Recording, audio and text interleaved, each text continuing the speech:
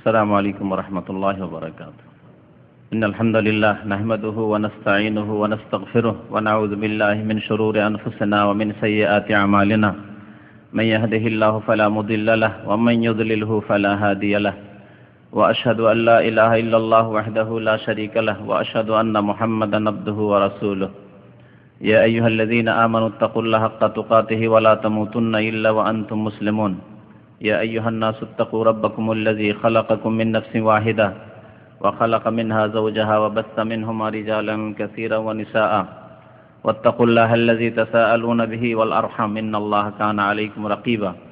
يا أيها الذين آمنوا اتقوا الله وقولوا قولا سديدا يصلح لكم أعمالكم ويغفر لكم ذنوبكم ومن يطع الله ورسوله فقد فاز فوزا عظيما. أما بعد فإن خير الحديث كتاب الله وخير الهدي هدي محمد صلى الله عليه وسلم وشر الأمور محدثاتها وكل محدثة بدعة وكل بدعة ضلالة وكل ضلالة في النار. أعوذ بالله من الشيطان الرجيم. بسم الله الرحمن الرحيم.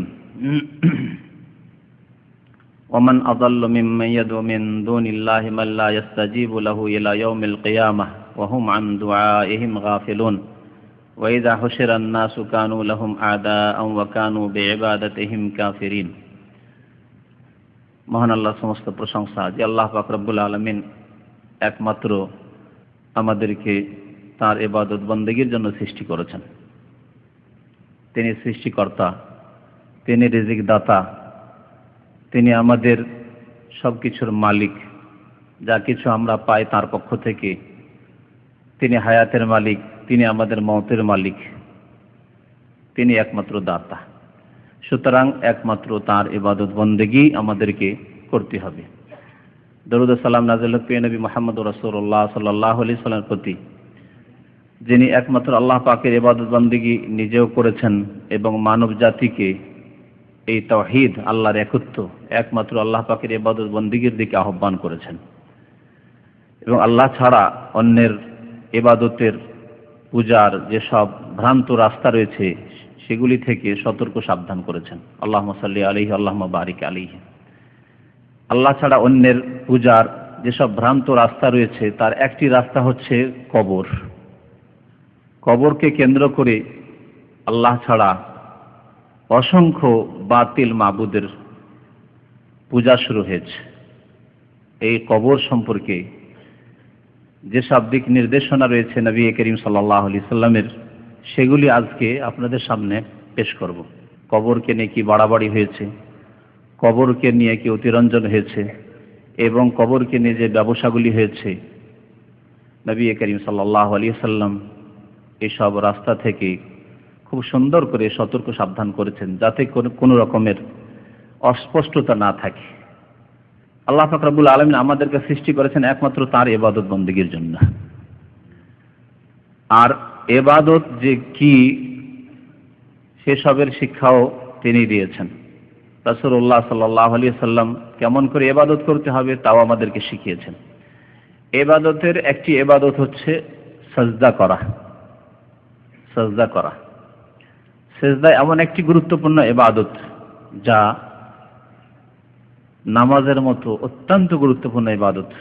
ইসলামের মূল স্তম্ভ কালেমা লা ইলাহা ইল্লাল্লাহ শাহাদাতের পরে তাতে সিজদা একটি গুরুত্বপূর্ণ ইবাদত। সিজদা না হলে নামাজ হয় না, সালাত হয় না। এই সিজদা একমাত্র আল্লাহ পাকের জন্য করতে হবে। নামাজের মধ্যে হোক, নামাজের বাইরে হোক, যে কোনো সময় হোক, সিজদা একমাত্র আল্লাহ পাকের হক। এই রকমই একটি ইবাদত হচ্ছে দোয়া। দোয়া একমাত্র আল্লাহ পাকের জন্য, আল্লাহ পাকের ইবাদত। আর দুআ হুয়াল ইবাদাহ। সহিহ মুসলিমের হাদিসে রয়েছে, নবী করিম সাল্লাল্লাহু আলাইহি ওয়াসাল্লাম ইরশাদ করেছেন, আর দুআ হুয়াল ইবাদাহ। দুআই তো হচ্ছে ইবাদত, দোয়াই ইবাদত। সে দোয়াই যদি আল্লাহকে না দিয়ে অন্য কাউকে দিয়ে দেন, কখনো আল্লাহকে দেন, কখনো অন্য কাউকে দিয়ে দেন, অন্য কারো কাছে দোয়া করেন, অন্য কাউকে ডাকেন, আহ্বান করেন, তাহলে সে ইবাদত তো তাদেরকে দিয়ে দিলেন। আর দুআ হুয়াল ইবাদত, দোয়াই হচ্ছে ইবাদত। সিজদা সম্পর্কে সূরা ফুসসিলাতের আয়াত নম্বর 37 আল্লাহ পাক ইরশাদ করেছেন, অমিন আয়াতিহিল লাইলু ওয়ান নাহারু ওয়াশ শামসু ওয়াল কামার। আল্লাহ পাকের বহু নিদর্শন রয়েছে পৃথিবীতে। নিদর্শনকে কোরআনে কারিমে আয়াত বলা হয়েছে। আয়াতে কৌনিয়া মানে সৃষ্টিগত আয়াত, নিদর্শন। আর আয়াতে শারঈয়া বলে কোরআনে কারিমের আয়াতকে। কোরআনে কারিমের আয়াতকেও আয়াত বলে, অমুক আয়াত, সূরা বাকারার আয়াত, হ্যাঁ, অমুক সূরার আয়াত। আয়াত এগুলি হচ্ছে শারঈ আয়াত, কোরআনে কারিমের আয়াত। আর আয়াতে কৌনিয়া মানে আল্লাহ পাকের সৃষ্টিগত আয়াত, যেগুলি পৃথিবীতে আল্লাহ সৃষ্টি করেছেন তা দেখে আল্লাহকে চেনা যায়, আল্লাহকে জানা যায়, আল্লাহর একত্ব প্রমাণ করা যায়, সেগুলি হচ্ছে আল্লাহ পাকের আয়াত। এই আয়াতগুলির কয়েকটি আয়াত মানে নিদর্শন আল্লাহ পাক উল্লেখ করেছেন। অমিন আয়াতে, আল্লাহ পাকের নিদর্শন সমূহের একটি নিদর্শন হচ্ছে আল্লাইলু, রাত। রাত এসে গেল, সারা পৃথিবী অন্ধকার হয়ে গেল, কেউ সারা পৃথিবীকে আলোকিত করতে পারবে না। কি করে অন্ধকার চলে আসে? যতই আপনি দ্রুত বেগে পালাতে চেষ্টা করেন যে রাতকে আমি স্পর্শ করতে দেবো না, আমাকে মানে আলোতেই থাকবো, তারপরে পেছন দিক থেকে জানো তাড়া করে গিয়ে আপনাকে তার অন্ধকার দিয়ে ঢেকে নিচ্ছে। প্লেনে চড়ে সন্ধ্যাবেলা সফর করলে এই বিষয়টি অনুভব হয় যে দিনে চড়লাম আর আবার পশ্চিম দিকে সূর্য যেদিকে যাচ্ছে সেই দিকেই তো আমি পালাচ্ছি, যাচ্ছি, তারপরে এসে আমাকে রাত একবারে এমন ঢেকে নিল, রাত হয়ে গেল রাস্তাতে। ওয়ান-নাহার, দিন আল্লাহ পাকে একটি নিদর্শন। ওয়াশ-শামস, সূর্য আল্লাহ পাকে একটি নিদর্শন। ওয়াল-কামার, চন্দ্র আল্লাহ পাকের নিদর্শন। এগুলি দেখে আল্লাহ পাককে জানা যায়, চেনা যায়। এগুলি কি এমনিতে সৃষ্টি হয়ে গেছে, এমনিতে তৈরি হয়ে গেছে? এসবের সৃষ্টিকর্তা কেউ নেই? অবশ্যই আছে। ছোটখাটো একটা বস্তু থাকলেও, দেখলেও আপনি একেবারে সাথে সাথে বলবেন যে হ্যাঁ, এটা কেউ তৈরি করেছে, কোনো জায়গায় তৈরি হয়েছে। তাহলে এইসব বিশাল আল্লাহ পাকের সৃষ্টি এমনিতে সৃষ্টি হয়ে গেছে? এসবের সৃষ্টিকর্তাই হচ্ছেন আল্লাহ, যিনি রব্বুল আলামিন, যিনি খালিক, যিনি রাজিক। সুতরাং লা তাসজুদু লিশ-শামসি ওয়ালা লিল-কামার, তোমরা সূর্যকেও সিজদা করিও না আর চন্দ্রকেও সিজদা করিও না। আল্লাহ পাকের এগুলি নিদর্শন, আল্লাহকে চেনার উপায়। এগুলি রব নয়, এগুলির মাধ্যমে রবকে চেনবে। ওয়াসজুদু লিল্লাহিল্লাযী খালাকাহুন্না, সেই সত্তাকে সিজদা করো যিনি এ সমস্ত বস্তুকে সৃষ্টি করেছেন। কয়েকটি আল্লাহ বড় বড় সৃষ্টি উল্লেখ করে দিয়ে বাকি সৃষ্টি দিকে ইঙ্গিত করে দিয়েছেন। সব কিছুকে আল্লাহ পাক সৃষ্টি করেছেন, সুতরাং তাকেই তোমরা সিজদা করবে। ইন কুনতুম ইয়াহু তা'বুদুন, যদি তোমরা একমাত্র তার ইবাদত বন্দেগী করতে চাও, যদি তোমরা তার ইবাদত বন্দেগীকারী হও, আল্লাহ পাকের ইবাদত যদি করতে চাও, তাহলে একমাত্র আল্লাহ পাককে সিজদা করবে। তাহলে সিজদা আল্লাহকে করতে হয়। নবী করিম সাল্লাল্লাহু আলাইহি সাল্লাম সিজদা সম্পর্কে কি বলেছেন? যে পৃথিবীতে কোন ব্যক্তি যদি অপর ব্যক্তিকে সিজদা করার অনুমতি পেত, হ্যাঁ, লাউ কুনতু আমরু আহাদান আইয়াসজুদা লি আহাদিন লা আমারতুল মারআহ, আমি যদি কোনো ব্যক্তিকে সিজদার অনুমতি দিতাম অন্য কারো জন্য, লা আমারতুল মারআতা, তাহলে স্ত্রীকে, নারীকে আদেশ করতাম, অনুমতি দিতাম, আনতাসজুদা লি যাওজিহা, যে তুমি তোমার স্বামীকে সিজদা করতে পারো। সিজদা হচ্ছে তাজিমের সিজদা, সম্মানের সিজদারও যদি অবকাশ থাকতো তাহলে স্বামীকে সিজদা করার অবকাশ থাকতো।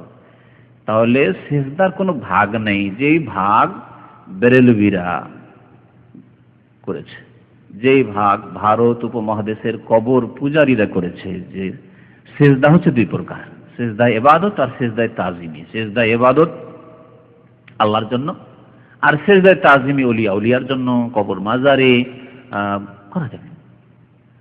আর এইভাবে সংসার সৃষ্টি করেছে। দেখো আদম আলাইহিস সালামকে ফেরেশতারা সিজদা করলো, আমরা করলাম তো কি হলো? আদম আলাইহিস সালামের জামানার ধর্ম কি এখন আছে? ইহুদি ধর্ম, খ্রিস্টান ধর্ম মেনে যদি জাহান্নামে যেতে হয়, নবী করিম সাল্লাল্লাহু আলাইহি সাল্লাম বলছেন যে আমার কথা শোনার পরেও যদি ইহুদি খ্রিস্টান যদি সুম্মা লা ইউমিনু, আমার প্রতি ঈমান না নিয়ে আসে, তাহলে ইল্লা কানা মিন আহলিন নার, সে জাহান্নামী হবে। নবী সাল্লাল্লাহু আলাইহি ওয়াসাল্লাম যদি এই কথা বলেন যে ওয়াল্লাহি, আল্লাহর কসম করে বলছে, লাউ কানা মূসা হাইয়ান, মূসা আলাইহিস সালাম যদি এখন জীবিত থাকতেন, আমার জামানায়, আমার নবুয়তের রিসালাতের জামানায়, মা ওয়াসিয়াহু ইল্লা ইত্তিবাই, তাহলে আমার অনুসরণ করা ছাড়া তার কোনো উপায় ছিল না, কোনো মুক্তি ছিল না। সুবহানাল্লাহ। তাহলে আদম আলাইহিস সালামের জামানার কথা, আদম আলাইহিস সালামকে সিজদা করেছেন ফেরেশতারা, সুতরাং আমরা যদি ওলিয়া ওলিকে সিজদা করলাম, এসব সংশয়, এগুলি শয়তানের ওহী। শয়তান কুমন্ত্রণা দিয়ে বিভ্রান্ত করেছে। তখনকার বহু মাসলা মাসাইল ছিল, সেগুলির উপরে কেন আমল করেন না এই বিদাতি কবর পূজারীরা? তখন ভাই বোনকে, আপন ভাই বোনকে বিয়ে করতো না? আদম আলাইহিস সালামের ছেলে মেয়ে, এক ছেলে আর এক মেয়েকে বিয়ে করবে আজকাল কবর পূজারী বেরেলবিরা। এরকম বহু বিষয় রয়েছে। সামনের দিকে একটু এগিয়ে চলে আসেন, জায়গা পেছনে কম হচ্ছে।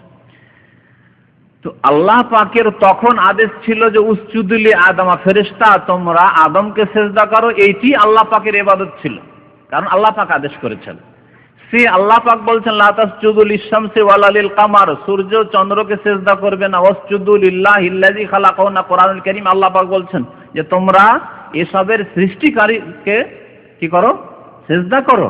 তাহলে এটি হচ্ছে ইবাদত, যে একমাত্র আল্লাহ পাককে সেজদা করবে। দোয়াও একমাত্র আল্লাহর জন্য। এই দুই একটি আয়াত এই জন্য বলছি কবর সংক্রান্ত যদি আলোচনা, কারণ কবরের কাছে এগুলি হয়। কবর মাজারকে, যেই কবরগুলিকে মাজার নাম দেওয়া হয়েছে সেগুলিকে সেজদা করা হয়, আর সেগুলিতে গিয়ে তাতে যারা রয়েছে তাদের কাছে দোয়া করা হয়, তাদেরকে ডাকা হয় ইয়া গাউসুল আজম। সেখানে গিয়েও না, দূর থেকেও, হাজার হাজার মাইল দূর থেকেও ডাকা, ইয়া গাউসুল আজম মাদদ, আব্দুল কাদের জিলানীকে ডাকছে। ইয়া খাজা বাবা মাদদ, সুদূর বাংলাদেশ থেকে খাজা মঈনুদ্দিন চিশতিকে ডাকছে।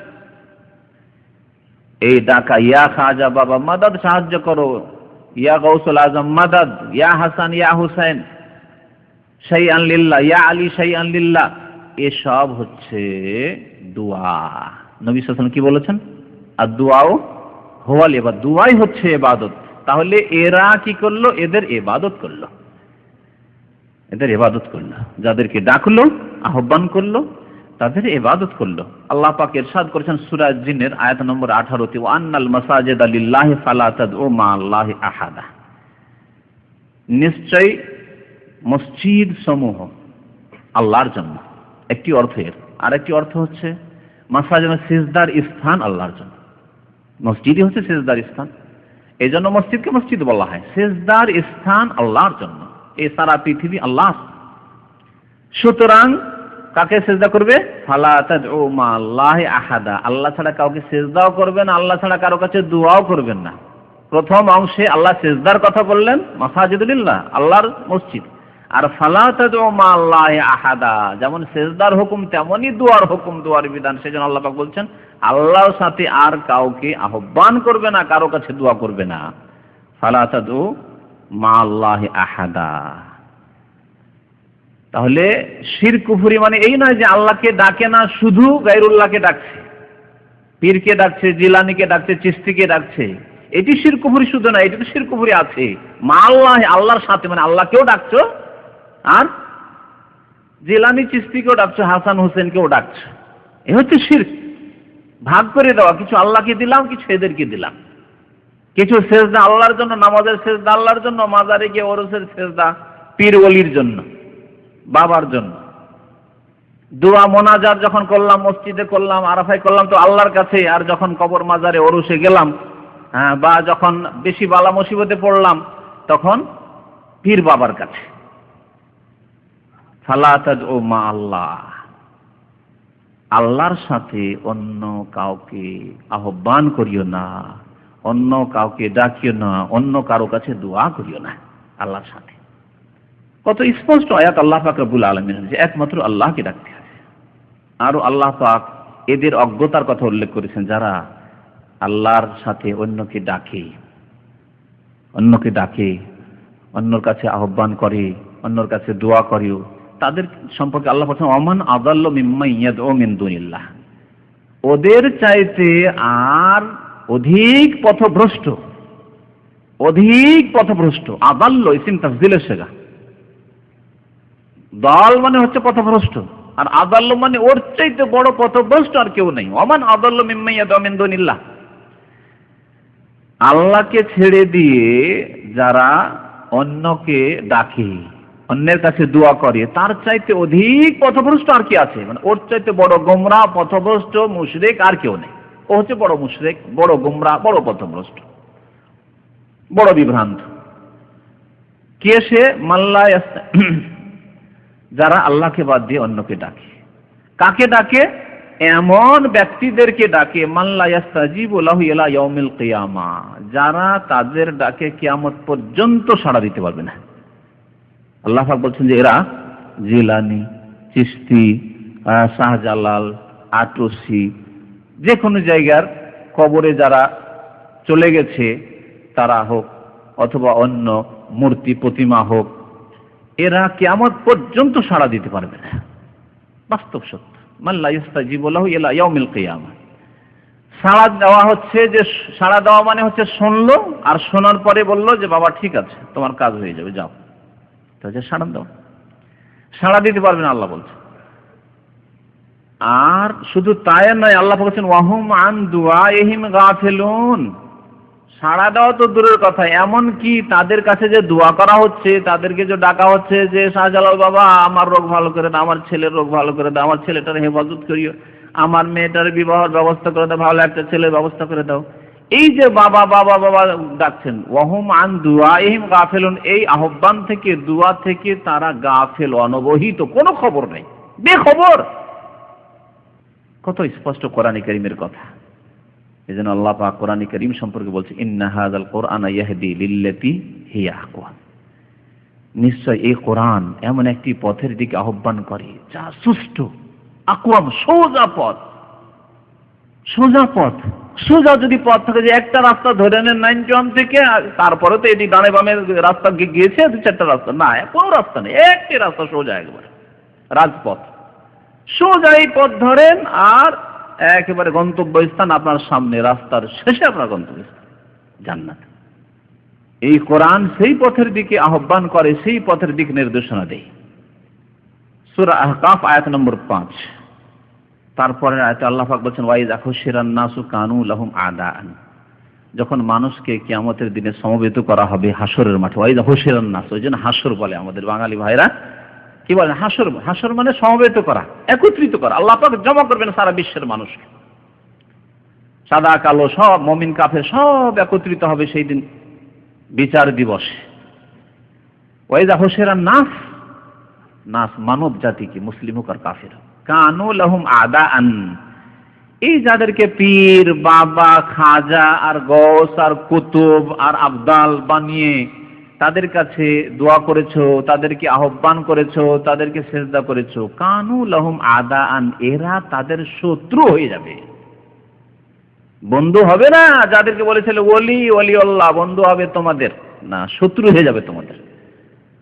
তারা যদি সৎ থেকে থাকেন, এখানে মনে রাখবেন যে যেসব কবরের পূজা হচ্ছে সেগুলি দুই ভাগে বিভক্ত। কিছু কবর আছে যেগুলিতে আল্লাহর নেক বান্দাই দাফন হয়েছে, তারা আল্লাহর নেক বান্দা ছিলেন, কোরআন সুন্নাহর অনুসারী ছিলেন, তারা এই শিরক কুফরির আদেশ করেননি, এর জন্য উৎসাহিত করেননি, এসব শিরক কুফরির রাস্তা দেখাননি। কিন্তু তাদের মরে যাওয়ার পরে ইনকাতা আমল, তাদের আমল বন্ধ হয়ে গেছে, জবান বন্ধ হয়ে গেছে, কথা বলতে পারেন না, তাদের জবরদস্তি করে পূজা শুরু হয়ে গেছে কবর পাকা করে। এরা রাহিমাহুমুল্লাহ তাআলা, আল্লাহর রহমত তাদের উপর নাযিল হোক, একদল যারা সত্যি আল্লাহর ওলি, কিন্তু আল্লাহর ওলির কাছে চাওয়ার জন্য, আল্লাহর ওলি তো আল্লাহর কাছে পাবেন, তাদের কাছ থেকে আমাদের কিছু পাওয়ার নেওয়ার নেই। এতটুকু আছে যে তারা যেই পথে গিয়ে আল্লাহর ওলি হয়েছেন সেই পথের অনুসরণ করে, সেই রাস্তায় চলে কোরআন সুন্নাহ অনুসরণ করে আমরাও আল্লাহর ওলি হওয়ার চেষ্টা করব। সোজা, খুব স্পষ্ট কথা। 2 নম্বরে আছে কিছু লোক যারা আল্লাহর ওলি ছিল না, আউলিয়াউল্লাহ ছিল না, আউলিয়াউর রহমান ছিল না, আউলিয়াউশ শয়তান ছিল না, ভণ্ড ছিল এরা। এরা শিরক কুফরির তালিম দিয়েছে, সুফিবাদের ওয়াহদাতুল ওজুদ আর হুলুল, আল্লাহ আমার মধ্যে চলে আসে, আল্লাহ অমুক ওলির মধ্যে চলে আসে, আমরা পৃথিবী বিচরণ করি, পৃথিবী দেখতে পাই, এই সেই সব ভণ্ডামির শিক্ষা দিয়েছে যেগুলি কোরআন সুন্নাহয় নেই। এবং আমরা আল্লাহ পর্যন্ত পৌঁছে গেছি, আমরা ফানা হয়ে যাই, লয় হয়ে যায়, বিলীন হয়ে যায় ইত্যাদি, এসব শিরক কুফরি ভ্রান্ত মতবাদের শিক্ষা দিয়ে যারা মারা গেছে এবং তাদের কবর মাজার পূজা হয়ে গেছে, এদের সম্পর্কে কোরআনে কারীমের ওই আয়াত ফিট হবে যে আয়াতে আল্লাহ পাক বলে এদের সম্পর্কে এবং মূর্তিগুলি সম্পর্কে, প্রতিমা সম্পর্কে। আল্লাহ পাক বলছে ইন্নাকুম ওয়া মা তা'বুদুনা মিন দুনিল্লাহি হাসাবু জাহান্নাম, নিশ্চয় তোমরা হে মুশরিকরা, পৌত্তলিকরা, হে কবর পূজারীরা, হে কবরে সিজদাকারীরা, হে আল্লাহ ছাড়া অন্যের কাছে দোয়াকারীরা, ইয়া গাউসুল আজম মাদাদ, ইয়া খাজা বাবা মাদাদ, এইসবকারীরা, ইন্নাকুম তোমরা ওমা তা'বুদুনা মিন দুনিল্লাহ, আল্লাহকে বাদ দিয়ে যেসবের তোমরা ইবাদত পূজা করেছো, এই ভণ্ডদের যারা ওয়াহদাতুল উজুদ আর হুলুল শিখিয়েছে, বায়েজিদ বোস্তামি আর হোসেন মানসুর হাল্লাজ আর ইবনে আরবি, এই ধরনের যারা ভণ্ড, যারা শিরক কুফরির তালিম দিয়েছে, রুমি, এইরকম যারা শিখে শিরক কুফরির তালিম দিয়েছে আর মারা গেছে, তাদের কবরের পূজা করেছো, তারাও ইন্নাকুম ওমা তা'বুদুনা মিন দুনিল্লাহ, তোমরা এই পূজাকারীরা আর তোমরা যেসব ভণ্ডদের পূজা করেছো, তাদের কবর পূজা করেছো, সেজদা করেছো, দোয়া করেছো তাদের কাছে, হাসাবু জাহান্নাম, জাহান্নামের তোমরা জ্বালানি হবে, ইন্ধন হবে। হাসাব মানে হচ্ছে ইন্ধন, জ্বালানি। আনতুম লাহা ওয়ারিদুন, তোমরা সকলে জাহান্নামে যাবে, সেই জাহান্নামের ঘাটে নামতে হবে তোমাদেরকে, ওয়ারিদুন। আর তৃতীয় বলা যেতে পারে, যদিও দুই ভাগ করলাম, তৃতীয় আরেক ভাগ বলা যেতে পারে, বেশ কিছু কবরকে মাজার বানানো হয়েছে, যেসব কবরে আল্লাহর ওলি নাই আর শয়তানের ওলি নাই, ভুয়া কবর, একবার ব্যবসার কবর, কিছুই নেই তাতে, কেউ কোনোদিন দাফন হয়নি। স্বপ্নের ধর্ম, মিথ্যা স্বপ্নের কথা ছাড়িয়ে দিয়েছে, যে আজকে রাত্রে স্বপ্নে দেখেছি আমাদের গ্রামের অমুক পাশে এক আল্লাহর ওলি শুয়ে আছে, অমুক জায়গায় আল্লাহর ওলি শুয়ে আছে, আমাকে স্বপ্ন দেখেছে। কে স্বপ্ন দেখেছে? রাসূলুল্লাহ স্বপ্ন দেখেছে। প্রথম কথা, হয়তো তার ব্যবসা করার ইচ্ছা ছিল, পেটের ব্যবসা, বিনা পুঁজির ব্যবসা, খুব ফলপ্রসূ, বাংলাদেশে ভারতে কবর মাজারের ব্যবসা খুব ফলপ্রসূ ব্যবসা, সেই ব্যবসায় শুরু করেছে। অথবা সে শয়তানকে দেখেছে, কারণ শিরক কুফরির শিক্ষা আল্লাহ বা তার রাসূল দিতে পারে না। তাহলে কবর মাজারগুলিকে তিন ভাগে ভাগ করা যেতে পারে, কবর মাজারগুলিকে তিন ভাগে ভাগ করা যেতে পারে। আল্লাহর নেক বান্দা শুয়ে আছে যারা শিরক কুফরি থেকে নিষেধ করেছেন, তারা ইনশাআল্লাহ তাআলা জান্নাতি এবং নেক সৎ রাহমাতুল্লাহ আলাইহিম, এবং তাদের উদাহরণ ওই রকমই যেমন ঈসা আলাইহিস সালামের সাথে খ্রিস্টান জগৎ করেছে।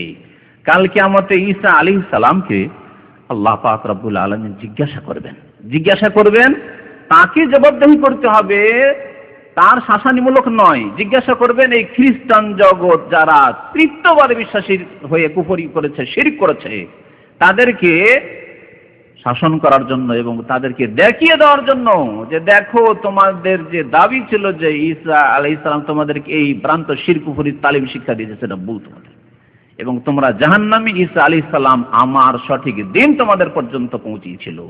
ওয়াইজ ক্বাল আল্লাহু ইয়া ঈসা ইবনে মারইয়াম আনতা কুলতা লিন-নাসি ইত্তাখিযুনি ওয়া উম্মি ইলাহাইন মিন দুনিল্লাহ। সূরা মায়েদায় আল্লাহ পাক রব্বুল শেষ রুকুতে ইরশাদ করছেন, শেষ রুকুর প্রথম আয়াত, ওয়াইজ ক্বাল আল্লাহু ইয়া ঈসা ইবনে মারইয়াম, যখন আল্লাহ পাক বলবেন কাল কিয়ামতে, হে ঈসা ইবনে মারইয়াম, মারইয়ামের ছেলে ঈসা, আনতা কুলতা লিন-নাস, তুমি কি মানব জাতিকে বলেছিলে, ইত্তাখিযুনি আমাকে, ওয়া উম্মি আমার মাকে, ইলাহাইন মিন দুনিল্লাহ আল্লাহর সাথে বা আল্লাহকে বাদ দিয়ে আমাদেরকে দুই ইলাহ, দুই উপাস্য, দুই মাবুদ বানিয়ে নিও, আর এই তিন খোদা, তিন এলা, তিন মাবুদের পূজা করিও, এই কথা তুমি শিখিয়েছিলে খ্রিস্টান জগৎকে। আল্লাহ পাক জিজ্ঞাসা করবেন ঈসা আলাইহিস সালামকে। ঈসা আলাইহিস সালাম জবাব দেবেন, লম্বা কথা রয়েছে, সেদিকে ঢুকলে আমাদের আসল আলোচনা হবে না। তারপরে আর কিছুটা বলি, তখন তিনি বলেন কালা সুবহানাক, আল্লাহ তুমি পাক ও পবিত্র, তোমার পবিত্রতা ঘোষণা করি, সুবহানাল্লাহ বলি, সুবহানাক মা ইয়াকুনু লি আন আকুলা মা লাইসা লি বিহাক, আমার পক্ষে হতেই পারে না যে এমন কথা বলবো যেটি আমার অধিকার নয়, হক নয়। আল্লাহ তোমার অধিকার, এটি উলুহিয়ত, ইবাদত, বন্দেগী, এলা, মাবুদ হওয়া, এটি তোমার অধিকার একমাত্র আল্লাহ। কখন এই কথা আমি শিখাতে পারি না যে আমার পূজা করিও, আমাকে সান অফ গড বানিয়ে দিও, হ্যাঁ, ঈশ্বরের পুত্র, আল্লাহর পুত্র বানাইও, এসব কথা কখনো আমি শিখাই। ইন কুনতু কুলতুহু ফাকাদ আলিমতা, আল্লাহ যদি আমি বলে থাকি তুমি অবশ্যই আলিমুল গায়ব, তুমি জানো, আমি বলিনি আল্লাহ। ইন কুনতু কুলতুহু ফাকাদ আলিমতা তা'লামু মা ফি নাফসি, আল্লাহ আমার মনের কথা তুমি জানো, ওয়ালা আ'লামু মা ফি নাফসি, তোমার মনে যে তোমার ইচ্ছায় কি আছে আমাকে কেন আল্লাহ জিজ্ঞাসা করছো, আমি তো জানি না আল্লাহ।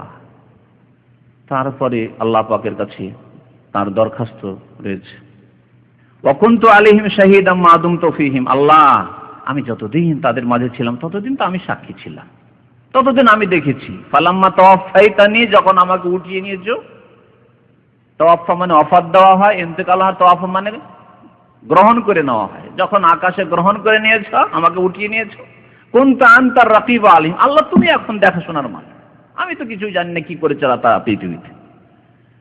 ওয়া আনতা আলা কুল্লি শাইইন শাহিদ মা কুলতু লাহুম ইল্লা মা আমারতানি বে, আল্লাহ আমি কিছুই বলিনি, একমাত্র সেই কথাই তাদেরকে বলেছি যার তুমি আদেশ করেছিলে, আনে আবুদুল্লাহ রাব্বি ওয়া রাব্বাকুম, যে তোমরা একমাত্র আল্লাহ পাকের ইবাদত বন্দেগী করবে, যিনি আমার রব। ঈসা আলাইহিস সালাম বলছেন ওয়া রাব্বাকুম, তোমাদের রব, আনে আবুদুল্লাহ রাব্বি ওয়া রাব্বাকুম ওয়া কুনতু আলাইহিম শাহিদাম মা দুমতু ফীহিম ফালাম্মা তাওয়াফাইতানি কুনতা আনতা রাকিব আলিম ওয়া আনতা আলা কুল্লি শাইইন শাহিদ। তারপরে দোয়া করছেন ইন তুআযযিবহুম ফাইন্নাহুম ইবাদুক, আল্লাহ তাদেরকে যদি শাস্তি দাও তো তোমারই বান্দা, তোমারই বান্দা। ওয়া ইন তাগফির লাহুম, আল্লাহ যদি তোমার কাছে মাফ থাকে, মার্জনা থাকে তাদের জন্য, তো আনতা আলা কুল্লি শাইইন কাদির, তাহলে তুমি সর্বশক্তিমান। এই হচ্ছে ঈসা আলাইহিস সালামের সাথে আল্লাহ পাকের কথা হাসরের মাঠে বিচার দিবসে। আল্লাহ পাক রব্বুল আলামিন কোরআনে আয়াতেও বলেছেন যে ওই যে আয়াতের কথা বললাম যে তোমরা এবং তোমরা যেসবের পূজা করেছো তারা জাহান্নামের ইন্ধন হবে, তারপরের আয়াতে রয়েছে ইন্নাল্লাযীনা সাবাকাত লাহুম মিন্নাল হুসনা উলাইকা আনহা মুবআদুন, যাদের জন্য আল্লাহ পাকের পক্ষ থেকে জান্নাতের ঘোষণা হয়ে গেছে। সাবাকাত লাহুম মিন্নাল হুসনা, হুসনা জান্নাত, যে তারা সৎকর্মশীল ছিল এবং তারা জান্নাতি, এই কথা হয়। অর্থাৎ আল্লাহর নেক বান্দা ঈসা আলাইহিস সালাম যদি তার পূজা করা হয়েছে, আল্লাহর নেক বান্দা, আল্লাহর ওলি যারা, তারা শিরক কুফরির আদেশ দেন, কোরআন সুন্নাহর প্রচার করেছেন, কিন্তু তাদের পূজা করেছে, তাদের কবর পাকা করেছে এরা, উলাইকা আনহা মুবআদুন, এদেরকে জাহান্নাম থেকে দূরে রাখা হবে, এরা জাহান্নামের ইন্ধন হবে না। তাহলে যে ভাগ করলাম, কবরে যারা চলে গেছে এবং সেসব কবরে পূজা হচ্ছে মাজার বানিয়ে দিয়ে, সেসবের প্রথম শ্রেণী যারা, তাদের সম্পর্কে আল্লাহ বলছেন উলাইকা আনহা মুবআদুন, তারা জাহান্নাম থেকে দূরে থাকবে, কারণ তারা সৎকর্মশীল ছিলেন এবং তারা কোরআন সুন্নাহর অনুসারী ছিলেন, তারা সঠিক রাস্তা দেখিয়েছেন, বিভ্রান্ত মানুষকে করেননি। আল্লাহ পাক রব্বুল আলামিন আরো সূরা ফাতিরের আয়াত নম্বর 13-14 তে ইরশাদ করেছেন ওয়াল্লাযীনা তাদউনা মিন দুনিহি মা ইয়ামলিকুনা মিন কিতমির, এই যে কবর মাজার পাকা করে তাদের কাছে নজরে নিয়াজ পেশ করা, মান্নত পেশ করা, খাসি মোরগ জবাই করা, আর সেখানে গিয়ে আশা রাখা কিছু পাবো, কিছু চাইবো, কিছু নেব, এসব যে আশা, এসব আশা হচ্ছে নিরাশা, এসব আশা হচ্ছে নিরাশা, কোনো আশা নেই, ভ্রান্ত কথা, মরিচিকা, সব হচ্ছে মরিচিকা। মরিচিকা বুঝেন? হ্যাঁ, নদীর চরে যে বালি থাকে আর চিকচিক চিকচিক করে দূর থেকে, বালি না পানি? হ্যাঁ, বালি, কিন্তু দূর থেকে মনে হয় যে পানি, একে বলে মরিচিকা। পানির আশায় যাচ্ছেন কিন্তু পানি পাচ্ছেন শুধু বালি আর বালি। আল্লাহ পাক ইরশাদ করেছেন ওয়াল্লাযীনা তাদউনা মিন দুনিহি মা ইয়ামলিকুনা মিন কিতমির, আল্লাহকে বাদ দিয়ে যাদেরকে তোমরা ডাকছো, যাদের কাছে দোয়া করছো, তারা কিতমিরেরও মালিক না। তোমার রোগ ভালো করা তো দূরের কথা, তোমার ছেলের হেফাজত করা, মেয়ের হেফাজত করা তো দূরের কথা, তোমার মনের কামনা বাসনা পূরণ করা তো দূরের কথা, তোমার হায়াত বাড়িয়ে দেওয়া, সুখ দেওয়া, দুঃখ দূর করে দেওয়া, এসব তো দূরের কথা। মা ইয়ামলিকুনা মিন কিতমির, কিতমিরেরও মালিক না। কিতমির কাকে বলে? আরবি ভাষায় কিতমির বলে খেজুর ফুলেন। হ্যাঁ, তারপর আঁটি আছে, হ্যাঁ, আঁটির ওপরে চিকন রসুনের চোকার চাইতেও একেবারে চিকন আছে না একটা সাদা আবরণ, ওকে বলে কিতমির। আব্দুল কাদের জিলানী, খাজা মঈনুদ্দিন চিশতি, শাহজালাল, অমুক আর তমুক, হাসান হোসেন, যে কোনো ব্যক্তি হোক না কেন, সত্যি আল্লাহর ওলি হোক অথবা মৃত্যুক আল্লাহর ওলি হোক, যে কেউ হোক না কেন, যাদেরকে তোমরা ডাকছো মা ইয়ামলিকুনা মিন কিতমির, ওই খেজুরের আঁটির ওপর যে আবরণ রয়েছে, চিকন আবরণ, সেই আবরণের মালিক ওটাও দিতে পারে না তোমাদেরকে, ওটাও দিতে পারে না তোমাদেরকে। খেজুর দেওয়া তো দূরের কথা। মা ইয়ামলিকুনা মিন কিতমির।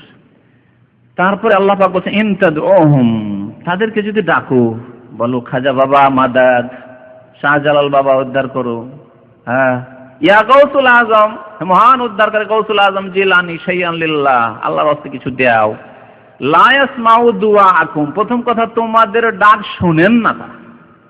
কত স্পষ্ট কোরআন কারীমের কথা, লা ইয়াসমাউ দুআ, শোনেন না তোমাদের ডাক। ওয়ালাউ সামিউ, যদি সামান্য কিছু সময়ের জন্য ধরেই নিলাম, আমরা সাপোজ ধরি না, ধরেই নিলাম, আসলে মানি না কিন্তু ধরেই নিলাম, মনে করো ওয়ালাউ সামে যদি শোনেও মাস্তাজাবু লাকুম, তোমাদের ডাকের জবাব দিতে পারবে না, ডাকে সাড়া দিতে পারবে না। ওয়া ইয়াউমাল কিয়ামাতি ইয়াকফুরুনা বিশিরকিকুম, এবং কিয়ামতের দিনে বিচার দিবসে আল্লাহর দরবারে হাজির হয়ে তোমাদের শিরককে অস্বীকার করবে যে আমরা বলিনি আল্লাহ। যেমন ঈসা আলাইহিস সালাম অস্বীকার করবেন, তেমন এই সৎ আল্লাহর বান্দা, আল্লাহর ওলি যারা, তারা অস্বীকার করবেন। ওয়ালা ইউনাব্বিউকা মিসলু খাবীর, আল্লাহ পাক যিনি সূক্ষ্ম খবর রাখেন তার মতো তোমাদেরকে সঠিক কথা আর কেউ বলতে পারে না। আল্লাহ স্বয়ং তোমাদেরকে বলছেন যে খবরদার তাদেরকে ডাকিও না। ওয়ালা ইউনাব্বিউকা মিসলু খাবীর, আল্লাহ বলছেন যে এই করো, আর তোমরা মাজার নিয়ে ব্যস্ত, কবর নিয়ে ব্যস্ত। কবর সম্পর্কে যেসব কাজ হয় তার একটি হচ্ছে কবরগুলিকে পাকা করা বা সিজদার স্থানে পরিণত করা। এটা বিভিন্ন রকম ভাবে হয়ে থাকে। এক হচ্ছে, প্রথম যেটা শুরু হয়েছে, আল্লাহর নেক বান্দা, বিশিষ্ট ব্যক্তি, আলেমে দ্বীন, বুজুর্গ মানুষ ছিলেন, পীর ছিলেন, সুতরাং মসজিদের এক সাইডে কবর দাও। ভারত উপমহাদেশে বা যেসব দেশেই কবর মাজার পূজা শুরু হয়েছে তার প্রথম সূত্রপাত হয়েছে এইভাবে, মসজিদে কবর দেওয়া। মসজিদ আগে থেকে ছিল, মসজিদের বারান্দায় কবর দিয়ে দিল, মসজিদের এক সাইডে কবর দিল, কিছুদিন পরে মসজিদটা বড় করতে হইলো, দিল, বড় করে চারিদিকে নামাজ হচ্ছে, মধ্যখানে কবর, পিছনে কবরকে সামনে করে নামাজ হচ্ছে। আছে না মসজিদ, বহু মসজিদ এইরকম, বহু মসজিদ আছে, এরকম হয়েছে। এর উল্টো একটা হয়েছে, কবর আগে হয়ে গেছে, এত বুজুর্গ লোক, এত আল্লাহওয়ালা লোক, সুতরাং কি করতে হবে, মসজিদ বানিয়ে দিয়ে দেবো, নামাজও পড়বো, তাহলে জিয়ারতের জন্য সেজে প্রস্তুতি নিয়ে আসতে হবে না, 5 ওয়াক্ত জিয়ারত হইতেই থাকবে। দেখবেন অধিকাংশ, বরং সবগুলি বিদাতের ক্ষেত্রে একটি সৎ উদ্দেশ্য অবশ্যই কাজ করেছে, কিন্তু সৎ উদ্দেশ্য হলেও যেহেতু কোরআন হাদিস বিরোধী, সেই জন্য হয় বিদাত, কমের পক্ষে না হলে শিরক। বিদাত কোনোদিনই চুরি ডাকাতির মতো খারাপ নিয়তে করা হয়নি, কিন্তু চুরি ডাকাতির চাইতে খারাপ কাজ করেছে বিদাত করে। আল্লাহর ওলিরা, এদের জিয়ারত করা উচিত। বড় বিয়াদবি হচ্ছে যে মাসকে মাস আমরা সেখানে তাদের কবরের কাছে যেতে পারি না, একটা কাজ করি, ওই মসজিদ বানিয়ে দিই ওর উপরে, তাহলে মসজিদে 5 ওয়াক্ত মুসল্লিরা আসতেই থাকবে, জিয়ারত হইতেই থাকবে। কবর আগে থেকে ছিল, মসজিদ বানিয়েছে কবরের ওপর, অথবা মসজিদ আগে থেকে ছিল, মসজিদের মধ্যে কবর দিয়ে দিচ্ছে। কাজী নজরুল ইসলাম কবি। আর আমার এই সমালোচনার মানে এই নয় যে শ্রদ্ধা নেই, আপন জায়গায় কবি হিসাবে তার শ্রদ্ধা আছে, কিন্তু তারা আকীদার এতিম ছিল, সঠিক ইসলাম সম্পর্কে তাদের কোনো জ্ঞান ছিল না। তার একটি গীতি, নজরুল গীতি বলে একটি গীতির বই আছে, অনেক কাল আগে পড়েছিলাম, মসজিদের পাশে আমার কবর দিও ভাই, মুয়াজ্জিনের আজান যেন আমি শুনতে পাই, মুয়াজ্জিনের আজান যেন আমি শুনতে পাই। প্রথম কথা, মুয়াজ্জিনের আজান তুমি শুনবে কি করে, কোথায় আছে কথা? আর ধরেই নিলাম শুনলে ফায়দাই কি আছে তোমার? কবরে যাওয়ার পরে তোমার আকীদা আমল ফায়দা দেবে, ঈমান, অন্তরের বিশ্বাস, আর কাজ কর্ম, ভালো কথা, জিকির, আজকার, তাসবিহ, তাহলিল, ফরজ, নফল, সুন্নত, মুস্তাহাব, ইবাদত, বন্দেগী, কাজ, মানুষের সাথে সদাচরণ, মাতা পিতার সাথে সদ্ব্যবহার, ছেলে মেয়ে স্ত্রীর সাথে সদ্ব্যবহার, মানব জাতির সাথে ভালো আচরণ, এইগুলি কাজে আসবে, আমল কাজে আসবে। কবরের জীবন, পরলৌকিক জীবনে না কোনো কিছু শোনা কাজে আসবে, না কোনো সোর্স কাজে আসবে, ব্যাকিং কাজে আসবে, ওইসব কাজে আসবে না।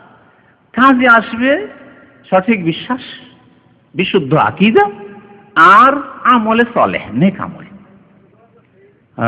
দোয়া করেছে আল্লাহ পাক হিদায়াত করে যাদের আকীদার ইয়েতি, ও আর আকীদার।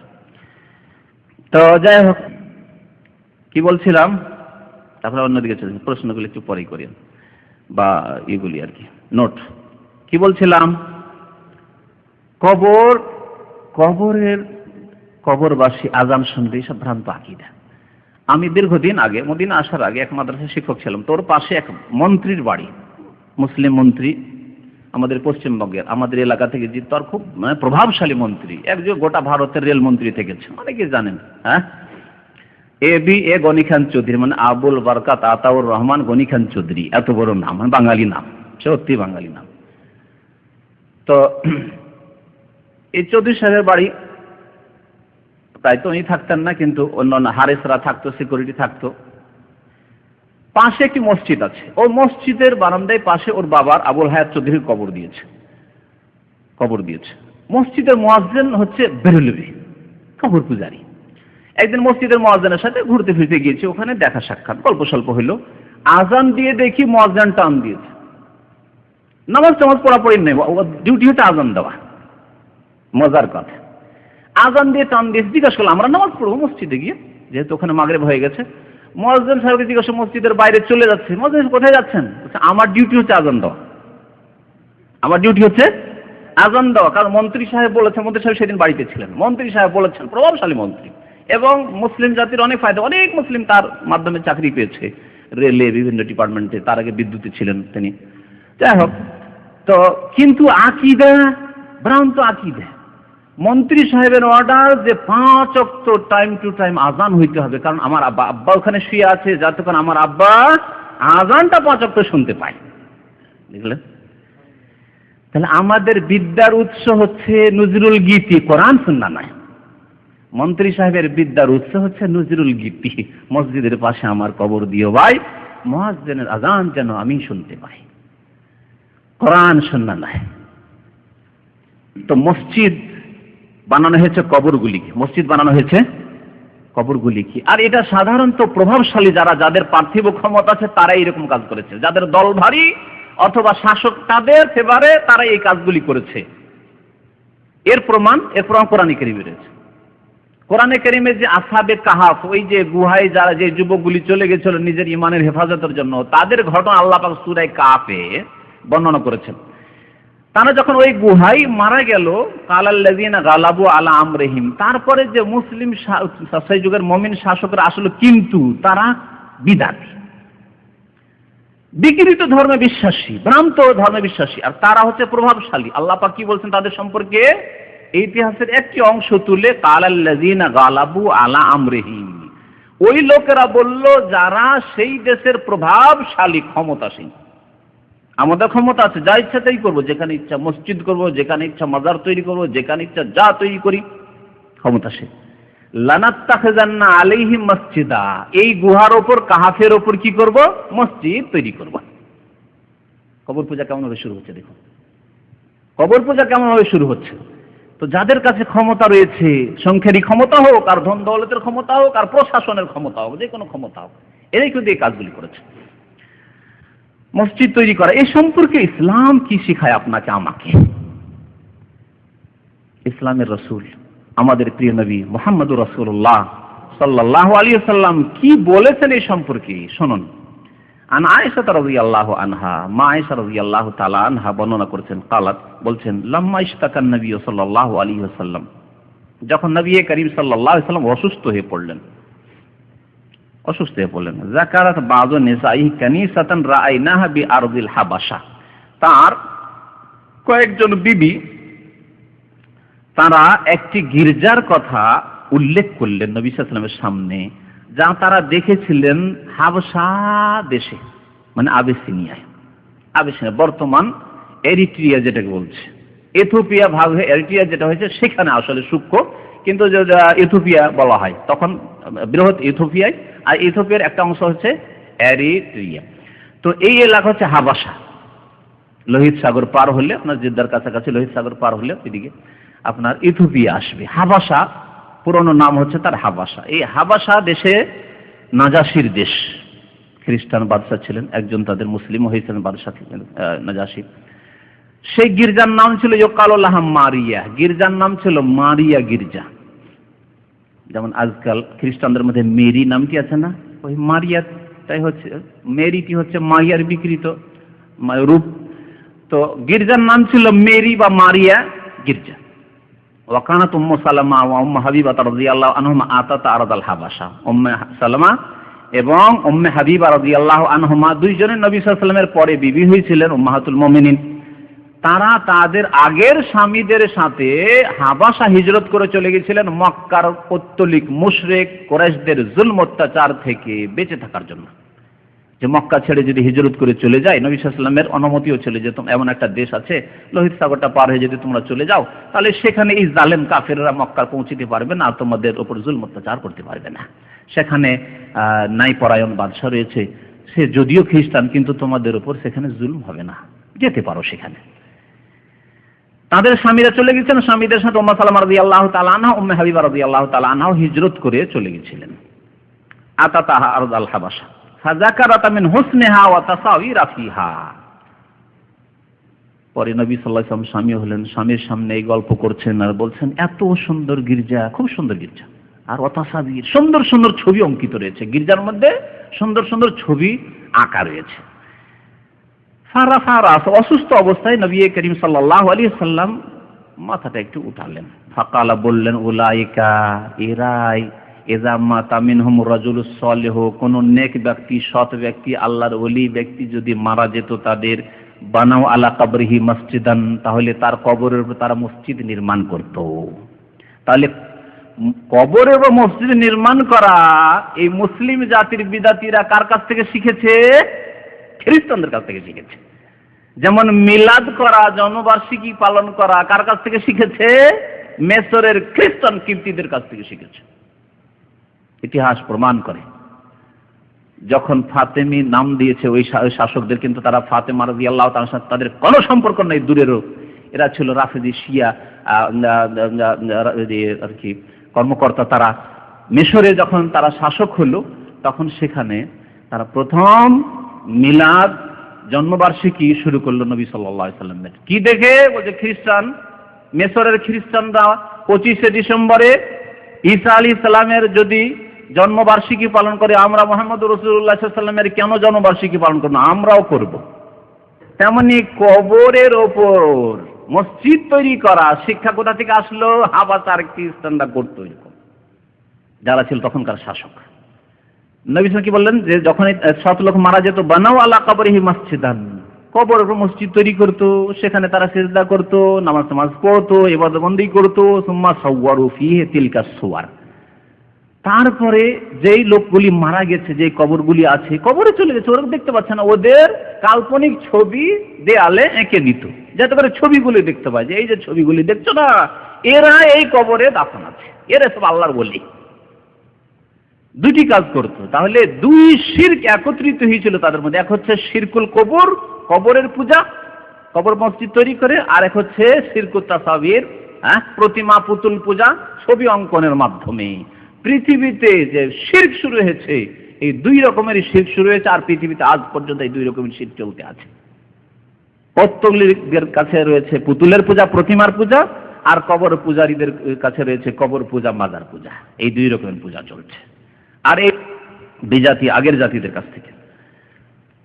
এদের সম্পর্কে নবী করিম সাল্লাল্লাহু আলাইহি ওয়াসাল্লাম কি বললেন? প্রশংসা, ভালো কাজ করেছে, যা চলবে। উলাইকা শিরারুল খালকি ইনদাল্লাহি তাবারাকা ওয়া তাআলা, এরাই হচ্ছে আল্লাহ পাকের নিকটে শিরারুল খালক, সৃষ্টির সর্বনিকৃষ্ট। শাররের জামা হচ্ছে শিরার, শিরারুল খালক, শার, সৃষ্টির নিকৃষ্ট এরা, যারা কি করেছে? শিরকের দ্বার খুলেছে, ছবি অঙ্কন করে এই পূজার মাধ্যমে, আর এই কবর মাজার তৈরি করে তারপরে মসজিদ বানিয়ে। তাহলে কবরের ওপর মসজিদ তৈরি করা, সেজদার স্থানে পরিণত করা, এর পরিণাম হচ্ছে শিরারুল খালক হওয়া, সৃষ্টির মধ্যে সবচেয়ে নিকৃষ্ট। সৃষ্টির নিকৃষ্ট চিন্তা করুন তো দেখি, সৃষ্টির নিকৃষ্ট কি বলবেন? পায়খানার কীট, সব সময় নাপাকিতে থাকে।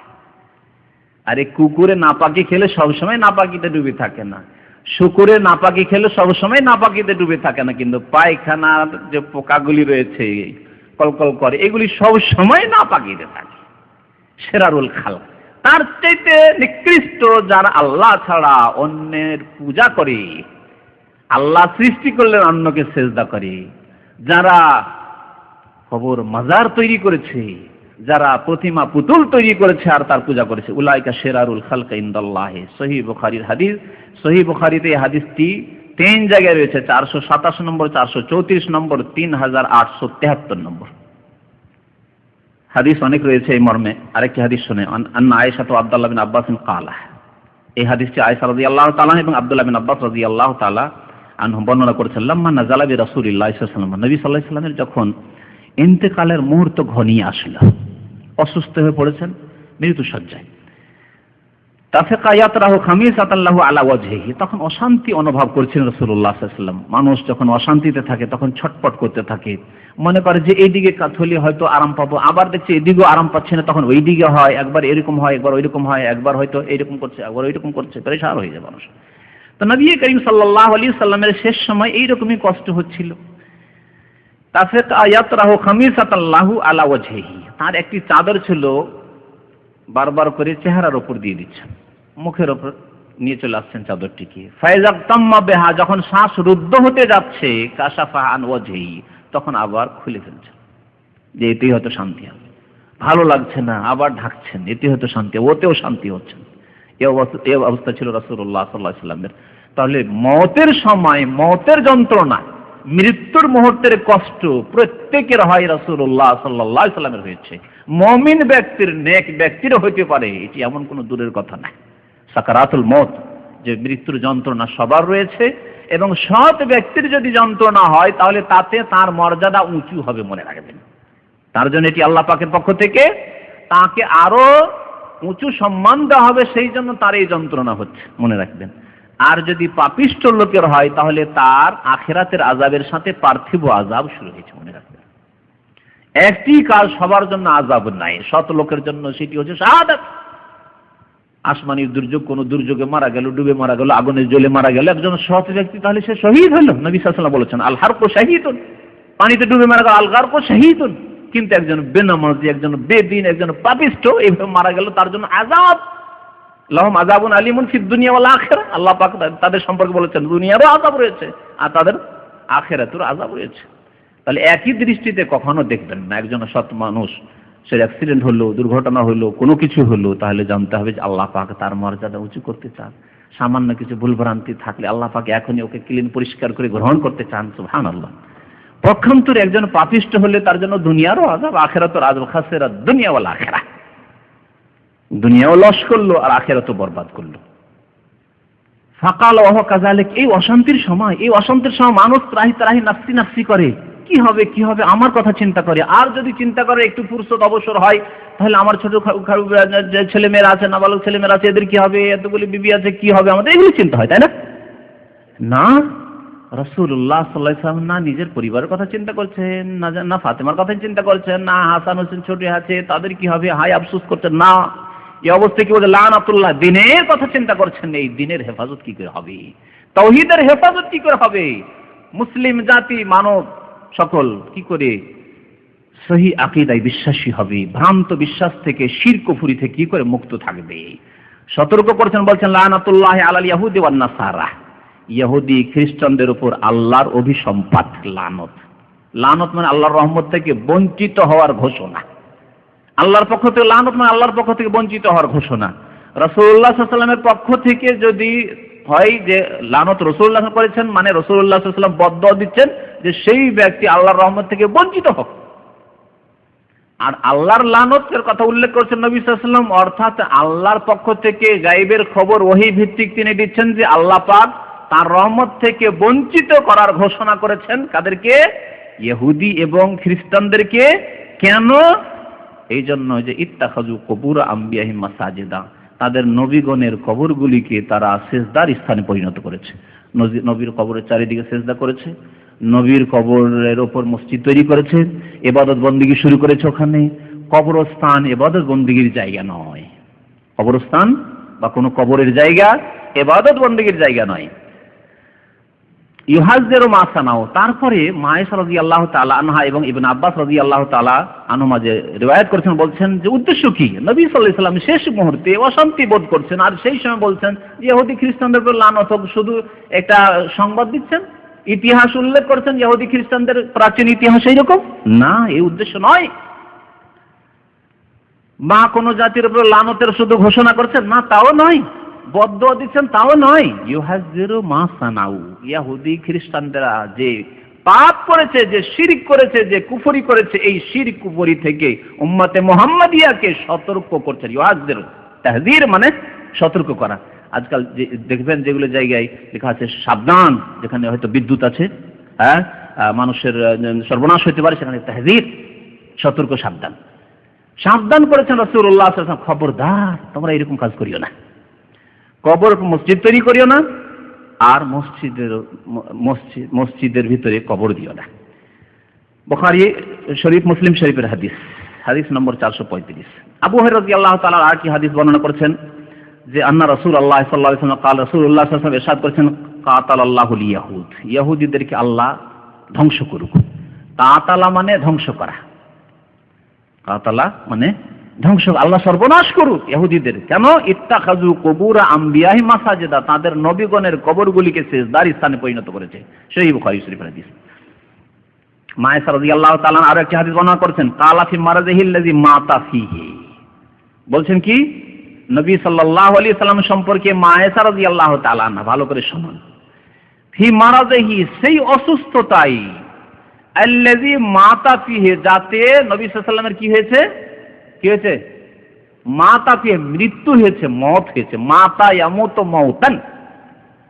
বিদাতি মৌলভী সাহেবদেরকে বিশেষ করে আমি সম্বোধন করছি যে আল্লাহর নবী সাল্লাল্লাহু আলাইহি সাল্লামের সম্পর্কে মা আয়েশা কি বলছেন? মাতা ফীহি।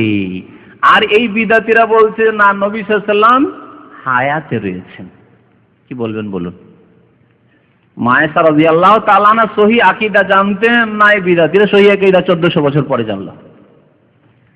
নবী সাল্লাল্লাহু আলাইহি ওয়াসাল্লাম জীবিত আছেন, মরেননি, মরা বলা বেয়াদবি, নবী সাল্লাল্লাহু আলাইহি ওয়াসাল্লাম ইন্তেকাল হয়েছে বেয়াদবি বলা, নবী সাল্লাল্লাহু আলাইহি ওয়াসাল্লাম ওয়াফাত হয়েছে বেয়াদবি বলা, এই বেয়াদবি মা আয়েশা করছেন না সহিহ আকীদা আমাদেরকে শিখিয়েছেন? বলুন, যদি কোন ব্যক্তি সাহাবায়ে কেরামরা যে বিশ্বাস রাখতেন সেই বিশ্বাসের অন্য বিশ্বাস রাখি না, ওই বিশ্বাস রাখি না, মা আয়েশা যে বিশ্বাস রাখে ওই বিশ্বাস আমি রাখি না, সে মুসলিম থাকবে? একমত ইনশাআল্লাহ তাআলা। কারণ আল্লাহ পাক কোরআনে কারীমে বলেছেন, ফাইন আমানু বিমিসলি মা আমানতুম বিহি, সূরা বাকারায় আল্লাহ পাক ইরশাদ করেছেন, তারা যদি ঈমান নিয়ে আসে, মানে পরবর্তী লোকেরা, আমাদের সম্পর্কে, সাহাবায়ে কেরামের পরের জামানা সম্পর্কে বলা হচ্ছে, তাবেঈনদের থেকে শুরু করে কিয়ামত পর্যন্ত যত মানুষ আসবে, তারা যদি ঈমান নিয়ে আসে, বিমিসলি মা আমানতুম বিহি, তোমরা যেমন ঈমান নিয়ে এসেছো হে রাসূল মুহাম্মদ সাল্লাল্লাহু আলাইহি ওয়াসাল্লাম, হে আবু বকর, ওমর, হে সাহাবায়ে কেরাম, তোমরা যেমন ঈমান নিয়ে এসেছো ওই রকম যদি তারা ঈমান নিয়ে আসে, ফাকাদ ইহতাদাউ, তাহলে হিদায়াত পাবে। হে আয়েশা, তোমরা যেমন ঈমান নিয়ে এসেছো, উম্মে সালামা, উম্মে হাবিবা, তোমরা যেমন ঈমান নিয়ে এসেছো সেই রকম ঈমান যদি তারা নিয়ে আসে, সেই রকম বিশ্বাস করে, তাহলেই তারা হিদায়াত পাবে। ওয়া ইন তাওয়াল্লাউ, আর তারা যদি বলে না না, মা আয়েশা মাতা বললে কি হবে, নবী মরেননি, নবীর ইন্তেকাল হয়নি, তাহলে ওয়া ইন তাওয়াল্লাউ ফাইন্নামা হুম ফি শিকাক, তাহলে তারা বিক্ষিপ্ত হয়ে গেছে, তাদের অন্তরে শিকাক, ফাটল রয়েছে, কোরআন সুন্নাহর সাথে মজবুত হয়ে নাই, তার অটুট নয়, শিকাক, বিক্ষিপ্ত, বিচ্ছিন্ন হয়ে রয়েছে। ফাসায়াকফিকাহুমুল্লাহ, আল্লাহ পাক বলছেন এদের জন্য আল্লাহ পাক যথেষ্ট। হে নবী, তোমার জন্য এরা, আল্লাহ পাক রব্বুল আলামিন বলছেন যে হে নবী, তোমার এরা কোনো ক্ষতি করতে পারবে না, তোমার দিনের কোনো ক্ষতি করতে পারবে না, আল্লাহ পাক তোমার পক্ষ থেকে এদের জন্য যথেষ্ট। আল্লাহ এদের হিসাব নেবেন, এদের সাথে বোঝাপড়া আল্লাহ পাক করবেন। ফাসায়াকফিকাহুমুল্লাহ বলছেন যে সেই অসুস্থতা ইন্তেকাল হয়ে যায় নবী সাল্লাল্লাহু আলাইহি ওয়াসাল্লামের, লানাল্লাহুল ইয়াহুদা ওয়ান নাসারা, ইহুদি খ্রিস্টানদের উপর আল্লাহর লানত হয়েছে, ইত্তাখাযু কুবুর আমবিহি মাসাজিদা, এর অর্থ করা হয়েছে কালাত। তারপরে মা আয়েশা বলছেন, ওয়ালাউলা যালিকা, এই ভয় যদি না থাকতো নবী সাল্লাল্লাহু আলাইহি ওয়াসাল্লামের কবর সম্পর্কে, লা উবরিজা কবরুহু, তাহলে বা লা আবরাজু কবরাহু, দুই রকম রিওয়ায়াত, লা উবরিজা কবরুহু, তাহলে নবী সাল্লাল্লাহু আলাইহি ওয়াসাল্লামের কবরটিকে প্রকাশ্য জায়গায় রাখা হইতো, ঘরের মধ্যে দাফন করা হইতো না। ঘরের মধ্যে এই রহস্যই দাফন করা হয়েছে যে তাহলে যেই সেই ঢুকতেও পারবে না, আর কবরের কাছে গিয়ে সেজদাও করতে পারবে না, কবরের কাছে নবীর কাছে দোয়াও করতে পারবে না, আর নজর মান্নত ওখানে পেশ করব, দরখাস্ত আরজি পেশ করব, এই সব করতে পারবে না।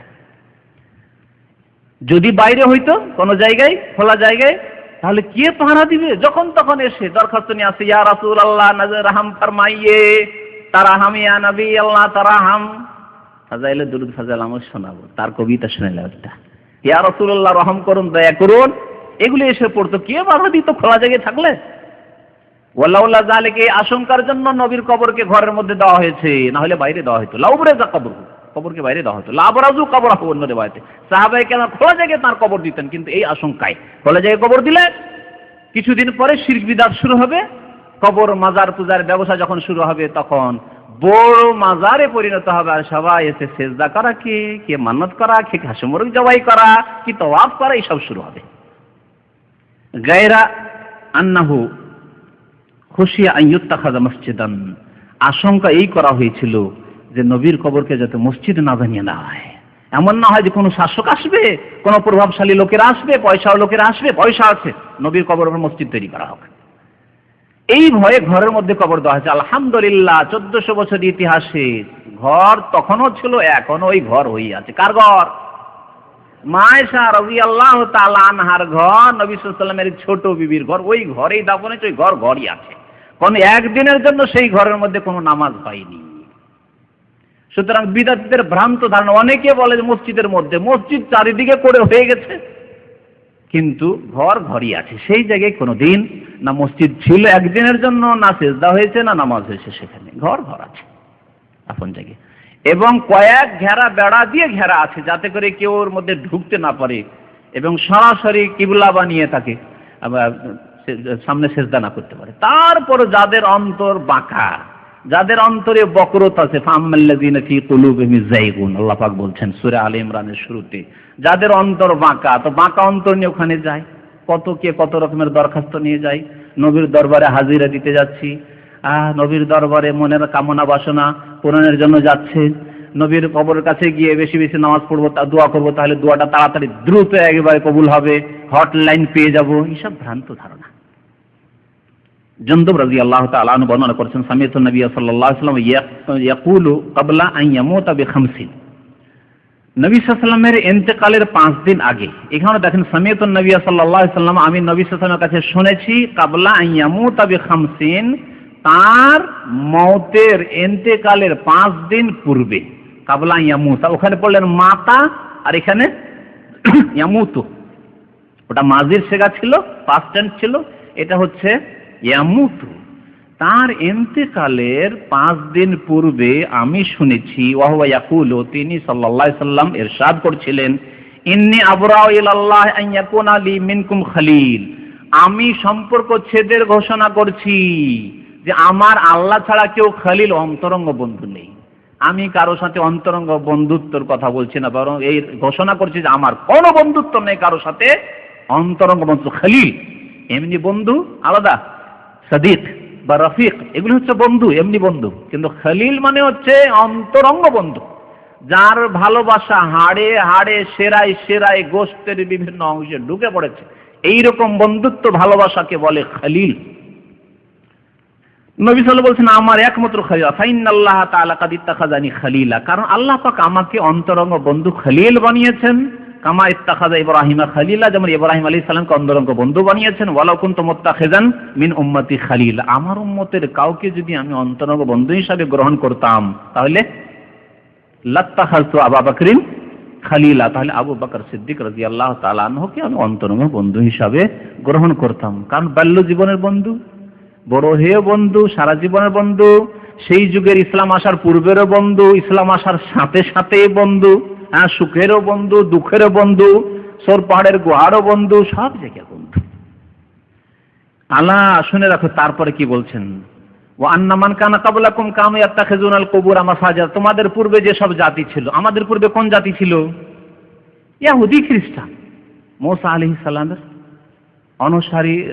অনুসারী তো তারা নয়, অনুসরণ প্রথম যুগে করেছে, তারপরে তারাই বিভ্রান্ত হয়ে গেছে কবর পূজারীদের মধ্যে, যেমন নবী সাল্লাল্লাহু আলাইহি ওয়াসাল্লাম উম্মতের দাবিদার কবর পূজারীরা তারা বিভ্রান্ত হয়ে গেছে, ওই রকম মুসা আলাইহিস সালামের উম্মত ছিল তারা, তারপরে এইরকম বিভ্রান্ত হয়ে গেছে, ওই রকম ঈসা আলাইহিস সালামের অনুসারী আর খাঁটি অনুসারী নেই, সব বিভ্রান্ত হয়ে গেছে আজকালকার কবর পূজারীদের মতো, যারা নবী সাল্লাল্লাহু আলাইহি ওয়াসাল্লামের অনুসরণ থেকে বিভ্রান্ত হয়েছে।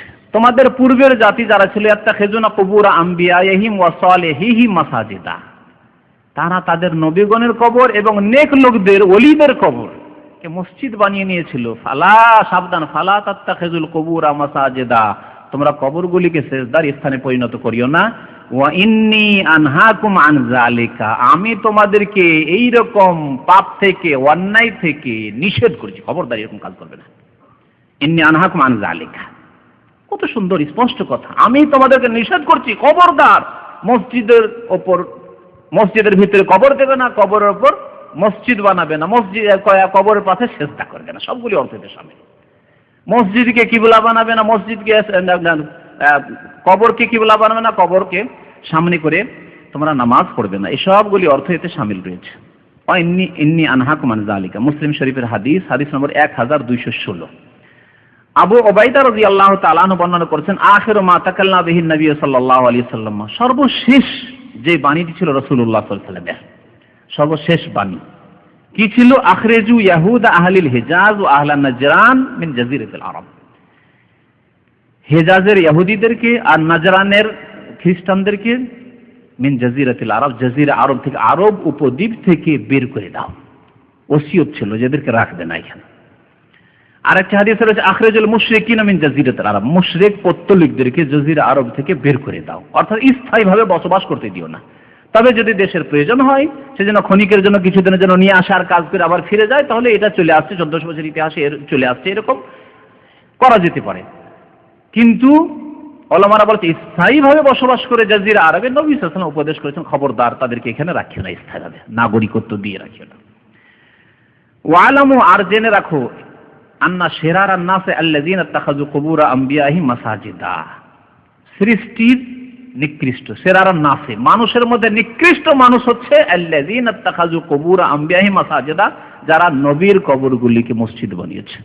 তাহলে এখানে আরেকটি কথা বলি, নবী, আচ্ছা নবীকে এক জায়গায় রাখেন, তারপরে রাখেন আরেক জায়গায় আল্লাহর ওলি ওয়া সালেহিনকে রাখেন, হ্যাঁ, সাহাবায়ে কেরাম, তাবেঈন, তাবা তাবেঈন, আইম্মায়ে কেরাম, আবু হানিফা, শাফি, মালিক, আহমদ, আল্লাহর ওলি নেক বান্দাদেরকে রাখেন। আর তারপর সাধারণ মুসলিমদেরকে রাখেন, যাদের মধ্যে শিরক বিদআত নেই, সাধারণ মুসলিম মানুষ। তারপর রাখেন বিদআতি মুসলিমদেরকে রাখুন। বলুন তো, নবীদের মর্যাদা কত উঁচা? সবচেয়ে উঁচা মর্যাদা কার? নবী রাসূলগণের। নবী রাসূলগণের। তা নবী রাসূলের কবরের ওপর মসজিদ তৈরি করায়, নবী রাসূলের কবরের পাশে সিজদা করায়, নবী রাসূলের কবরগুলিকে মসজিদে করায়, যদি লানত হয়ে থাকে, যদি লানত হয়ে থাকে, তাহলে নবী ছাড়া অন্যদের কবর, যদিও তারা ইমাম সাহেব হোক, আর আল্লামা হোক, আর বড় আলেম হোক, আবু হানিফা, শাফি, মালিক, আহমদি হোক না কেন, কেউ হোক না কেন, মুহাদ্দিসিন হোক না কেন, তাহলে কি অবস্থা হইতে পারে? বাদ দেন ওটাও। বিদাতি যদি হয়, ওয়াহদাতুল ওজুদ আর হুলুল আর শিরক আর বিদাত আর ফানা ফিল্লাহ, এসব শিরক কুফরিতে বিশ্বাসী ভণ্ড যারা, পীরতন্ত্রে বিশ্বাসী, তারা যদি হয়, বিদাতিরা হয়, তা তাদের কবরগুলিকে যারা মসজিদে পরিণত করেছে, সেজদার জায়গায় পরিণত করেছে, তাদের অবস্থা কি হবে? আর ভুয়া যদি কবর হয়, অসৎ লোক, পাপিষ্ট, কতদিন যে উযু গোসল করেনি, নামাজ রোজা করেনি, যে চুলে জটা লেগে গেছে, এরকম মস্তানগুলি না কবর নিয়ে বসে থাকে, আর ওরা মারা গেলেই তো মাজার তৈরি হয়, এগুলি হয়েছে। এদের কবরগুলিকে যদি সেজদার স্থানে পরিণত করে, তাদের দশা কি হবে? তাদের দশা কি হবে? লানতের উপর লানত, লানত, লানত, লানতই হইতে থাকবে। যদি নবীদের কবরের উপর লানত হয়, নবীদের কবর মানে ভিত্তি করে কবরগুলিকে যদি কেউ সেজদার স্থানে পরিণত করে, লানত হইল। তাহলে যদি অন্যদের কবর, সৎ লোক হইল, লানত হইল। অসৎ লোকের কবরকে যদি মসজিদ বানায়, তাহলে আরো কত লানত। তাহলে লানত দার লানত, ফার্সিতে বলে লানত দার লানত, লানতের উপর লানত, অভিশাপের উপর অভিশাপ, অভিশাপের অভিশাপ হইতে থাকবে। মুসনাদ আহমদের হাদিস, আরেকটি হাদিস আব্দুল্লাহ বিন মাসউদ রাদিয়াল্লাহু তাআলা বর্ণনা করেছেন, মুসনাদ আহমদের রয়েছে, ইবনে হিব্বানে রয়েছে, আবু হাতিম বর্ণনা করেছেন, সামিআতু রাসূলুল্লাহ সাল্লাল্লাহু আলাইহি ওয়াসাল্লাম ইয়াকুল ইন্না মিন শিরারিন নাস মান তুদরিকুহু সাআতু ওয়া হুম আহিয়া। সৃষ্টির মধ্যে নিকৃষ্ট বা মানব জাতির মধ্যে নিকৃষ্ট মানুষ হচ্ছে দুই রকমের মানুষ। এক রকমের মানুষ হচ্ছে যে কিয়ামত যেই দিন হবে, সেই দিন যারা জীবিত থাকবে, যেই দিন পশ্চিম দিক থেকে সূর্য উঠছে আর জীবিত হয়ে আছে, যারা দুনিয়ায় বেঁচে আছে, ওরা হলো শিরারুন নাস। ইন্না মিন শিরারিন নাস মান তুদরিকুহু সাআতু ওয়া হুম আহিয়াউন। জীবিত অবস্থায় যাদেরকে কিয়ামত পেয়ে যাবে, তারা হচ্ছে সবচেয়ে নিকৃষ্ট মানুষ। কেন? তাহলে সেদিন কি নামাজি লোক থাকবে না পৃথিবীতে? নেক লোক থাকবে না? হালাল খাওয়া লোক থাকবে না? থাকবে না। কিয়ামত যেই দিন সূর্য পশ্চিম দিক থেকে উঠতে যাবে, তার আগে হাদিসে রয়েছে যে একটি সুন্দর বাতাস প্রবাহিত হবে, আরামদায়ক বাতাস। সেই বাতাসে যত মুমিন মুমিনাত হবে, তাদের আত্মাগুলি সব কবজ হয়ে যাবে, সব মারা যাবে, দুনিয়া থেকে বিদায় নেবে। আর শুধু ফাসিক, কাফের, লম্পট, বেদিন এরাই থেকে যাবে। অধ্যায় কায়েম করেছেন আইম্মায়ে কেরামরা, তিরমিজিতে রয়েছে, বুখারী শরীফে রয়েছে, বাবু লা তাকুমু সাআতু ইল্লা আলা শিরারিল খালক। এই অধ্যায় হচ্ছে এই সম্পর্কে যে কিয়ামত কায়েমই হবে না, একমাত্র কায়েম হবে কার উপর? শিরারুল খালক, সৃষ্টির যারা নিকৃষ্ট তাদের উপর কিয়ামত কায়েম হবে। তাহলে কিয়ামতের যে কষ্ট, সেই কষ্ট মুমিন মুমিনাত পাবে না, তার আগেই মুমিন মুমিনাত দুনিয়া থেকে বিদায় নেবে, আরাম পেয়ে যাবে। আর দ্বিতীয় নিকৃষ্ট মানুষ অমাইয়াত্তাখিজুল কুবুরা মাসাজিদা, যারা কবরগুলিকে সেজদার স্থানে পরিণত করেছে, তারা হচ্ছে নিকৃষ্ট মানুষ, তারা হচ্ছে নিকৃষ্ট মানুষ। কবর সম্পর্কে বাড়াবাড়ি করা সতর্ক করেছেন নবী করিম সাল্লাল্লাহু আলাইহি ওয়াসাল্লাম, এবং দোয়া করেছেন আল্লাহ পাকের কাছে, আল্লাহ, কিছু লোকেরা কবর নিয়ে বাড়াবাড়ি করবে, আল্লাহ ওতে থেকে আমার কবরকে বাঁচিয়ে রাখি। আন আবি হুরায়রা আনিন নবী সাল্লাল্লাহু আলাইহি ওয়াসাল্লাম কাল, নবী করিম সাল্লাল্লাহু আলাইহি ওয়াসাল্লাম ইরশাদ করেছেন, আবু হুরায়রা রাদিয়াল্লাহু তাআলা আনহু হাদিসটি বর্ণনা করেছেন, আল্লাহুম্মা লা তাজআল কবরি ওয়াসনা, হে আল্লাহ, দোয়া করেছেন নবী করিম সাল্লাল্লাহু আলাইহি ওয়াসাল্লাম, হে আল্লাহ, আমার কবরকে তুমি ওয়াসানে পরিণত করিও না। ওয়াসান মানে পূজার বস্তুতে পরিণত করিও না। ওয়াসান, ওয়াসান আর সানাম, এই দুইটি শব্দ, সানাম, সানামের জামা হচ্ছে আসনাম। ইব্রাহিম আলাইহিস সালামের ঘটনা কোরআনে কারিমে যেখানে উল্লেখ করা হয়েছে, সেখানে বলা হয়েছে আসনামান আলিহা, তারা আসনাম মানে প্রতিমা, পুতুলের তারা পূজা করত। এক পূজা হচ্ছে আল্লাহ ছাড়া অন্যের পূজা হচ্ছে সান্নাম মানে মূর্তি, প্রতিমা, পুতুলের পূজা। আর এক হচ্ছে ওয়াসান, ওয়াসান মানে যে কোনো বস্তুর পূজা, সে প্রতিমার আকারে হোক অথবা গাছের আকারে হোক, পাথর হোক, হ্যাঁ, কোনো ঘর বাড়ি হোক, আর নদী নালায় হোক, গঙ্গা হোক, আর যমুনা হোক, আর গাভী হোক, আর কবর মাজার হোক, যে বাবার জুতা হোক, কদমে রসুল হোক, বা হজরত বাল হোক, মুয়ে মোবারক, যেমন কাশ্মীরে আছে। কাশ্মীরে যে বেশ কিছুদিন আগে যে একটা ঘটনা ঘটেছিল না, কি বলা, হজরত বাল, হজরত বাল মসজিদ। হজরত বাল মসজিদের ইতিহাস হচ্ছে যে বাল মানে হচ্ছে চুল, আর কবর পূজারীদের ধারণা যে ওখানে নবী করিম সাল্লাল্লাহু আলাইহি সাল্লামের মুয়ে মোবারক, বুঝেন তো ফার্সি ভাষা, মুয়ে মোবারক মানে চুল মোবারক, মুবারক চুল ওখানে চলে গেছে। আরব দেশে কোথাও থাকলো না, সুদূর কাশ্মীরে নবীর কি পৌঁছে গেছে, চুল পৌঁছে গেছে। ওই রকমই কদমে রসুল, কোথাও সূর্যের কোথাও কদমে রসুল পাওয়া যায় না। নবী সাল্লাল্লাহু আলাইহি সাল্লাম এত হেঁটেছেন, কোথাও নবী সাল্লাল্লাহু আলাইহি পায়ের নিশানা পাওয়া যায় না, কিন্তু চিটাগাঙে পৌঁছে গেছে। আর আমি আর একটি মাদ্রাসা শিক্ষকতা করতাম এখানে আসার আগে কিশোরগঞ্জে, ওখানে একটি জায়গা আছে কবর পূজারীদের, ওখানে কয়েকটা মাজার আছে, আর ওই জায়গাটির নামই হচ্ছে কদমে রসুল। আরে ভারতে জিন্দেগিতে নবী সাল্লাল্লাহু আলাইহি সাল্লাম জাননি, কোন সাহাবী গেছেন কিনা সন্দেহের বিষয়, হ্যাঁ, দুই একজন ছাড়া মনে হয়, বা কয়েকজন ছাড়া। তাহলে আশ্চর্য কথা যে কি করে কদমে রসুল সেখানে পৌঁছে গেল। ওরা বলছেন না না না, নবী সাল্লাল্লাহু আলাইহি ওয়াসাল্লাম এই পাথরখানে কবর পা রেখেছিলেন মদিনায়, আর ওখান থেকে আমরা উঠিয়ে নিয়ে চলে এসেছি। মাশাআল্লাহ, হ্যাঁ, মদিনার লোকেরা নিজের বাড়ি থেকে উঠিয়ে রাখতে পারলো না, মক্কার লোকেরা ওই পাথরগুলিকে উঠিয়ে রাখতে পারলো না যেখানে নবী সাল্লাল্লাহু আলাইহি ওয়াসাল্লাম কদমে মোবারক রেখেছেন। আর চিটাগাঙের লোকেরা মাশাআল্লাহ, হয়তো তাদের ইমানের বয়স, ইসলামের বয়স 500 বছরই হবে, নয় 700 বছরই হবে, 800 বছর কি 1000-এর বেশি তো যাবেই না হয়তো, হ্যাঁ। আর তারা উঠিয়ে নিয়ে চলে গেছে কদমে রসুল। ভারতের লোকেরা কদমে রসুল উঠিয়ে নিয়ে চলে গেছে, ভারতে কদমে রসুল, বাংলাদেশে কদমে রসুল। এসব শিরক, এসব শিরকের স্থান, এসব বাড়াবাড়ি করে এগুলোকে কি বলা হয়েছে? ওয়াসান বলা হয়েছে। ওয়াসান, তাহলে ওয়াসান শব্দটি আম, একটু ব্যাপক, প্রতিমা পুতুলের পূজাকে শামিল, কবর মাজার নদী নালা যা কিছুর পূজা হচ্ছে শামিল। এমনকি কবর মাজারের আশেপাশে যে সব জানালা আছে, জানালাতে তেনা বাঁধে, তেনাপির বলে ওটাকে। তেনাপির শুনেছেন? আছে, আমাদের এলাকায় দেখেছি তেনাপির আছে। তেনা বেঁধে দিয়ে চলে আসুন, মনের আশা পূরণ হয়ে যাবে, বেশি কিছু চাইতে হবে না তেনা বেঁধে আসলে। আর একটা আছে, আমার এক ওস্তাদ বলতেন, ঢেলা পীরের খুব ওয়াজ করতেন উনি, ওয়াইজ ছিলেন আমার এক ওস্তাদ, ভালো ওস্তাদ। তো ঢেলা পীরের ওয়াজ করতেন। ঢেলা পীর মানে ঢেল মারতে হবে বাস। তো একবার এক জলসায় গেছিলাম, তো রাস্তায় দেখছি একটা গাছের তলে অনেক ঢেল জমা হয়ে আছে, একবারে পালালি গাছে ঢেলা। তো এলাকার লোক জিজ্ঞেস করলাম, তখন গরুর গাড়িতে বক্তাদের যাতায়াত গ্রামে গঞ্জে গরুর গাড়িতে হইতো। তো গরুর গাড়িতে আসছি, দেখছি যে এত ঢেলা কেন উঁচা হয়ে আছে। জিজ্ঞেস করলাম, বলছি এইটা ঢেলা পীরের আস্তানা, ঢেলা পীরের দরবার। তো ঢেলা পীরের দরবার শরীফ, সবগুলি শরীফ, এগুলি হচ্ছে ওয়াসান। ওয়াসান আল্লাহ ছাড়া যারই পূজা হয়েছে, যে কোনো ব্যক্তির হোক আর বস্তুর হোক, সেগুলি হচ্ছে ওয়াসান। নবী করিম সাল্লাল্লাহু আলাইহি ওয়াসাল্লাম দোয়া করেছেন, আল্লাহুম্মা লা তাজআল কবরি ওয়াসানান ইউবাদ, আল্লাহ আমার কবরকে ওয়াসান, পূজার বস্তুতে পরিণত করে দিও না, যেন কেউ কবরে পূজা না করতে পারে আমার, যার ইবাদত হবে, পূজা হবে। লানাল্লাহু কওমান ইত্তাখাযু কুবুর আমবিয়াহি মাসাজিদা, আল্লাহর লানত হয়েছে ওই জাতির ওপর যারা নবীদের কবরগুলিকে সিজদার স্থানে পরিণত করেছে, ওয়াসানে পরিণত করেছে, পূজার বস্তুতে পরিণত করেছে। মুসনাদ আহমদের হাদিস।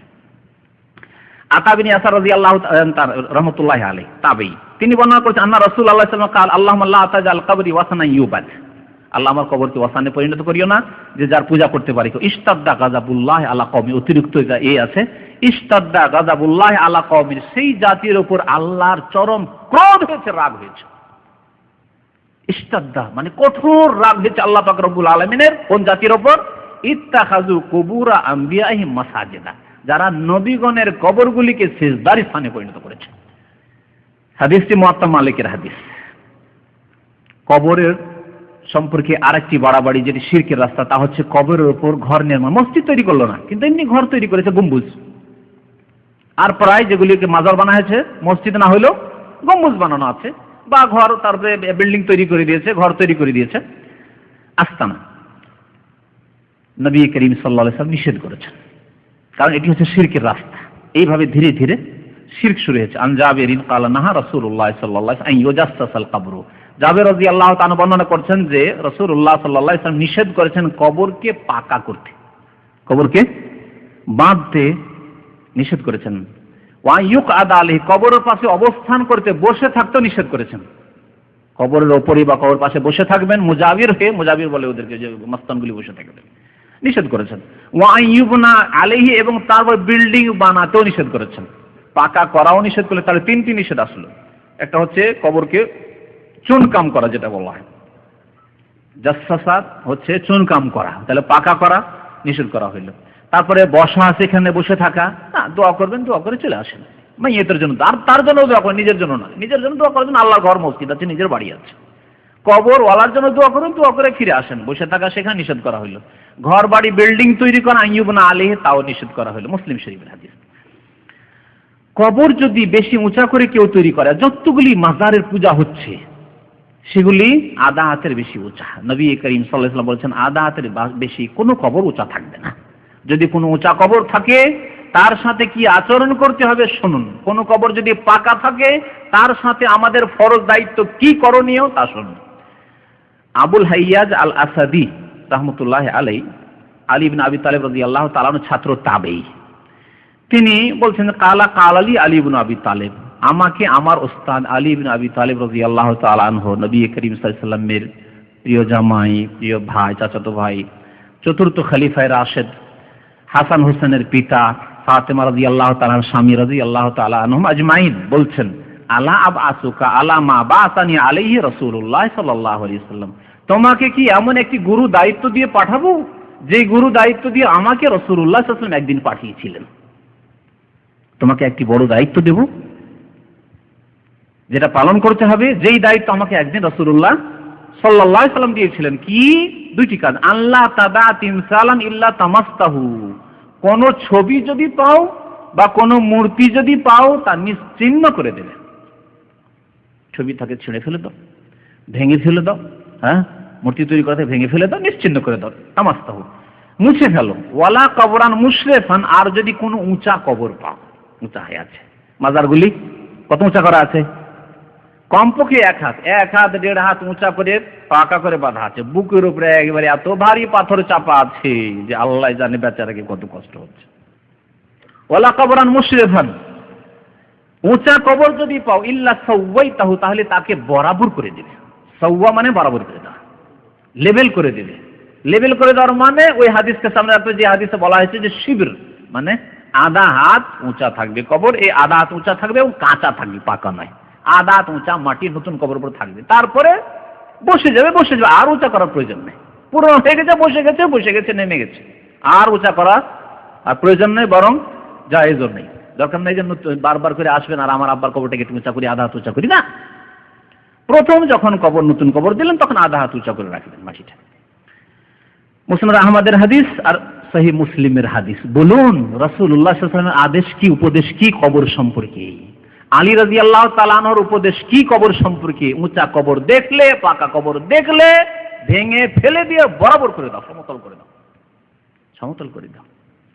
এই দায়িত্ব কে পালন করবে? রাসূলুল্লাহ সাল্লাল্লাহু আলাইহি ওয়াসাল্লাম যেমন আল্লাহ পাক তাকে ক্ষমতা দিয়েছিলেন তিনি পালন করেছেন, আলী রাদিয়াল্লাহু তাআলা আনহুকে ক্ষমতা দিয়েছেন, খলিফা হয়েছিলেন তিনি পালন করেছেন। সুতরাং সরকারদেরকে বলবো তাদের দায়িত্ব হচ্ছে দেশে যত পাকা কবর রয়েছে, যেসব কবরে আল্লাহ তাআলার পূজা হচ্ছে, সেজদা হচ্ছে, শিরক হচ্ছে, কুফরি হচ্ছে, সেসব কবরগুলিকে সমতল করে দাও, সাধারণ কবরে পরিণত করার, আর যাতে চিনতেও না পারে যে কোথায় কার কবর আছে।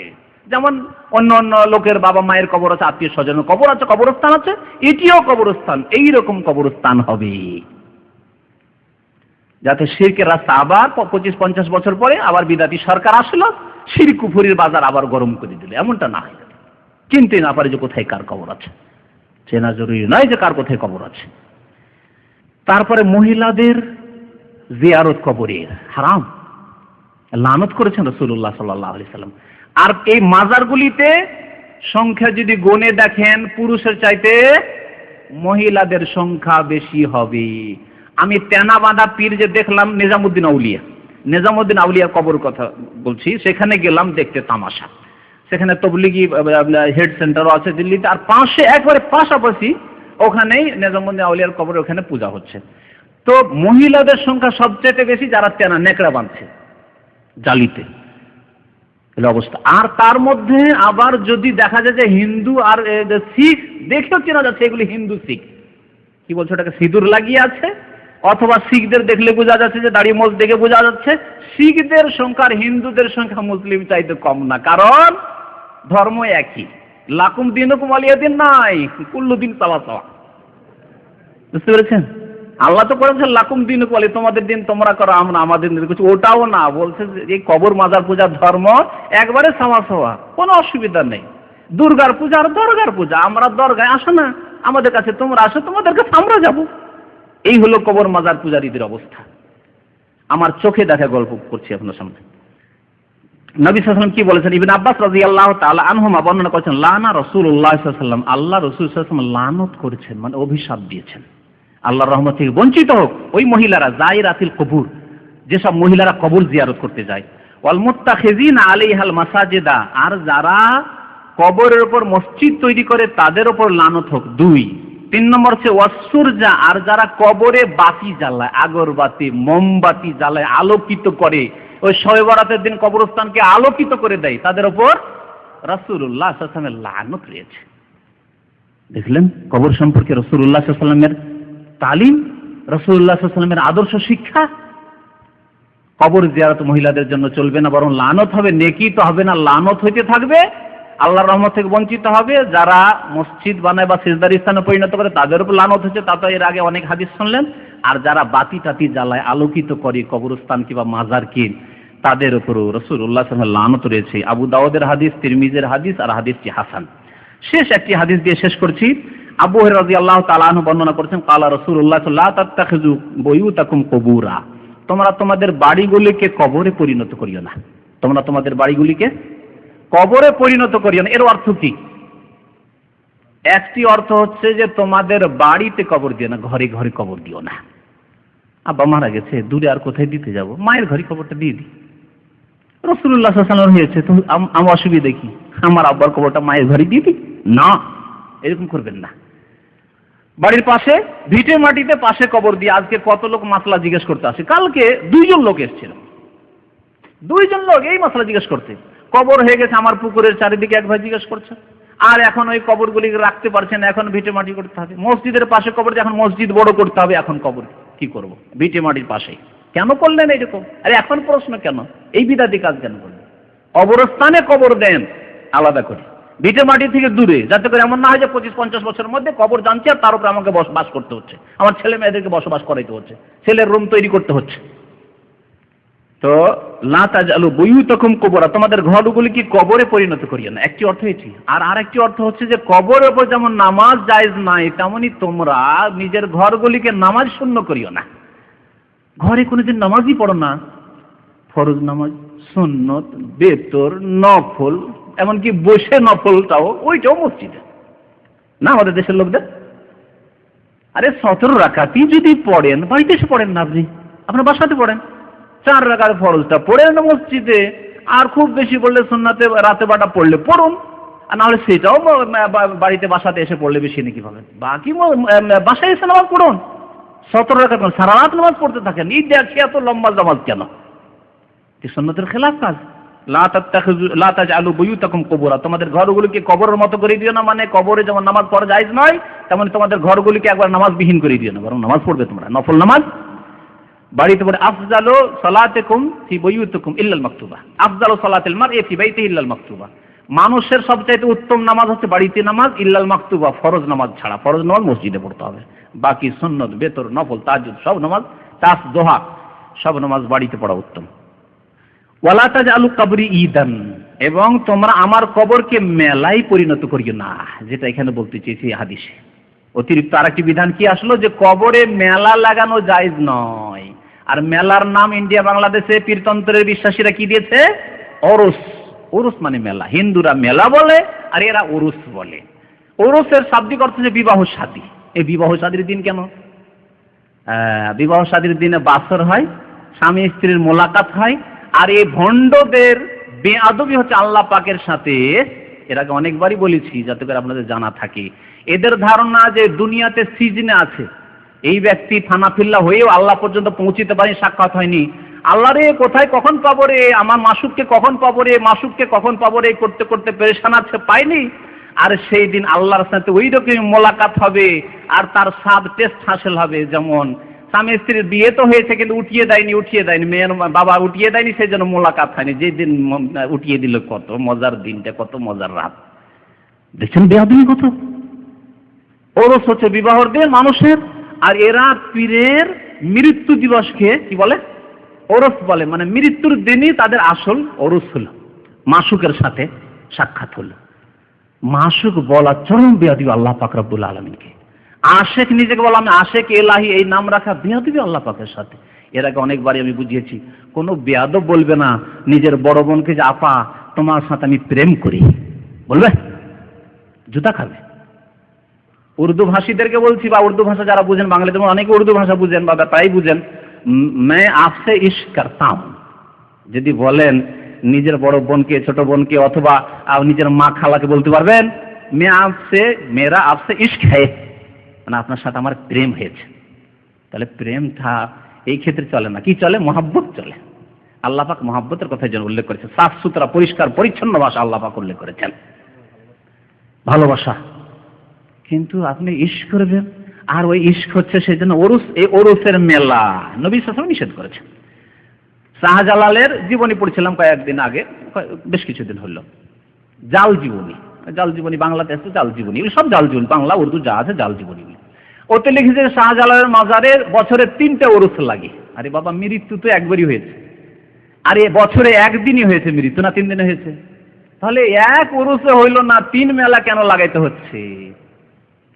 বললো একদিনের ইনকামে হচ্ছে না, একবার ওরস লাগাইলাম 2-4-5 দিন, সপ্তাহের জন্য বেশি ইনকাম হইল না। হ্যাঁ, আর লন্ডনের লোকেরা সিলেটে তো আসতে থাকে অনেক টাকা পয়সা নিয়ে, তো এদের জন্য ঘন ঘন একটা ওরসের প্রয়োজন আছে। 3 ওরস। নবী সাল্লাল্লাহু আলাইহি ওয়াসাল্লাম কি বলেছেন? ওয়ালা তাজালু কবরি ঈদান, আমার কবরকে মেলায় পরিণত করে, ওরসে পরিণত করিও না। নবীর কবরে যদি ওরস না চলে, তো এই সবের ওরস চলবে?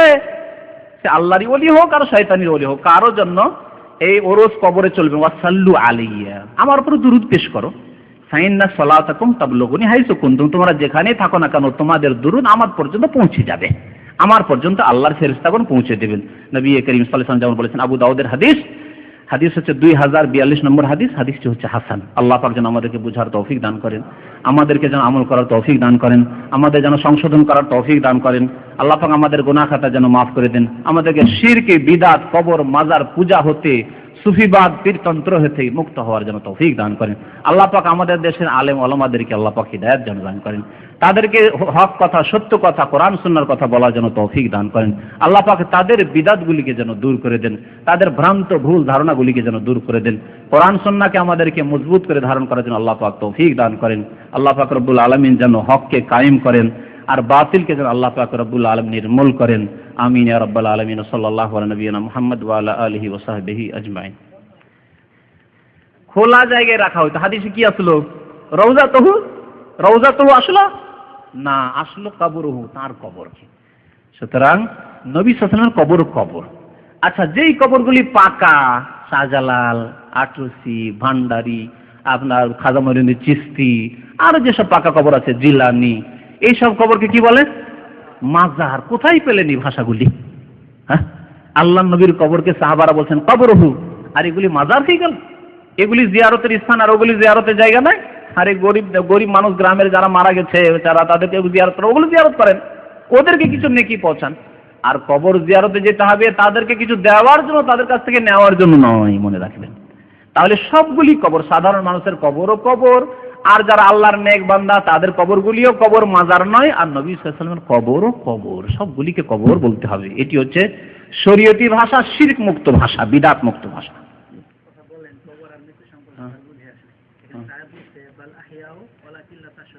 এই আয়াতটি শহীদদের সম্পর্কে। আল্লাহ পাক বলেছেন ওয়ালা তাকুলু লিমান ইউকতালু ফি সাবিলিল্লাহ, যারা আল্লাহর রাস্তায় শহীদ হয়ে গেছে, মানে যাদেরকে হত্যা করে দেওয়া হয়েছে, কাফিররা হত্যা করে দিয়েছে, তাদেরকে ওয়ালা তাকুলু লিমান ইউকতালু ফি সাবিল আমওয়াত, তাদেরকে বলিও না যে মৃত, আমওয়াত বলিও না, বাল আহিয়াউন, বরং তারা জীবিত। ওয়ালাকিন, তার সাথে সাথে বলছেন লেকিন, কিন্তু আছে, তোমরা মনে করিও না যে আমাদের মতোই খাচ্ছে, দেখে আছে, শুনতে পাচ্ছে, দোয়া শুনছে। ভাই শোনেন, এটা আমার বোঝাটা উঠিয়ে দেন তো, উঠিয়ে দিবে। হ্যাঁ, আমাকে ভাই কিছু ধার দেন তো, দিবে। জীবিত মানুষ দিতে পারবে না? কবরে যাওয়া লোক শহীদ দিতে পারবে? সৈয়দানা হামজা দিতে পারবে? যদি যান ওহদে গিয়ে মাল সামান কিনলেন, অনেক ভারী হয়েছে, বলেন সৈয়দানা হামজা আপনি তো সৈয়দুশ শুহাদা, এই উম্মতের সবচেয়ে শ্রেষ্ঠ, আপনি শহীদ, আমার বোঝাটা একটু উঠিয়ে দেন, দিবে? তাহলে এই জীবন কেমন জীবন? আল্লাহ বলছে ওয়ালাকিন লা তাশউরুন, তবে তোমরা তার অনুভূতি রাখো না, বুঝো না যে কেমন তাদেরকে জীবন দেওয়া হয়েছে। এই জীবনের নাম হচ্ছে হায়াতুন বারজাখিয়া, পরলৌকিক জীবন, পরলৌকিক জীবন। এই বিষয়টি বোঝানোর জন্য, হয়তো নতুন ব্যক্তি প্রশ্ন করেছেন, এই বিষয়টি বোঝানোর জন্য আমি কয়েক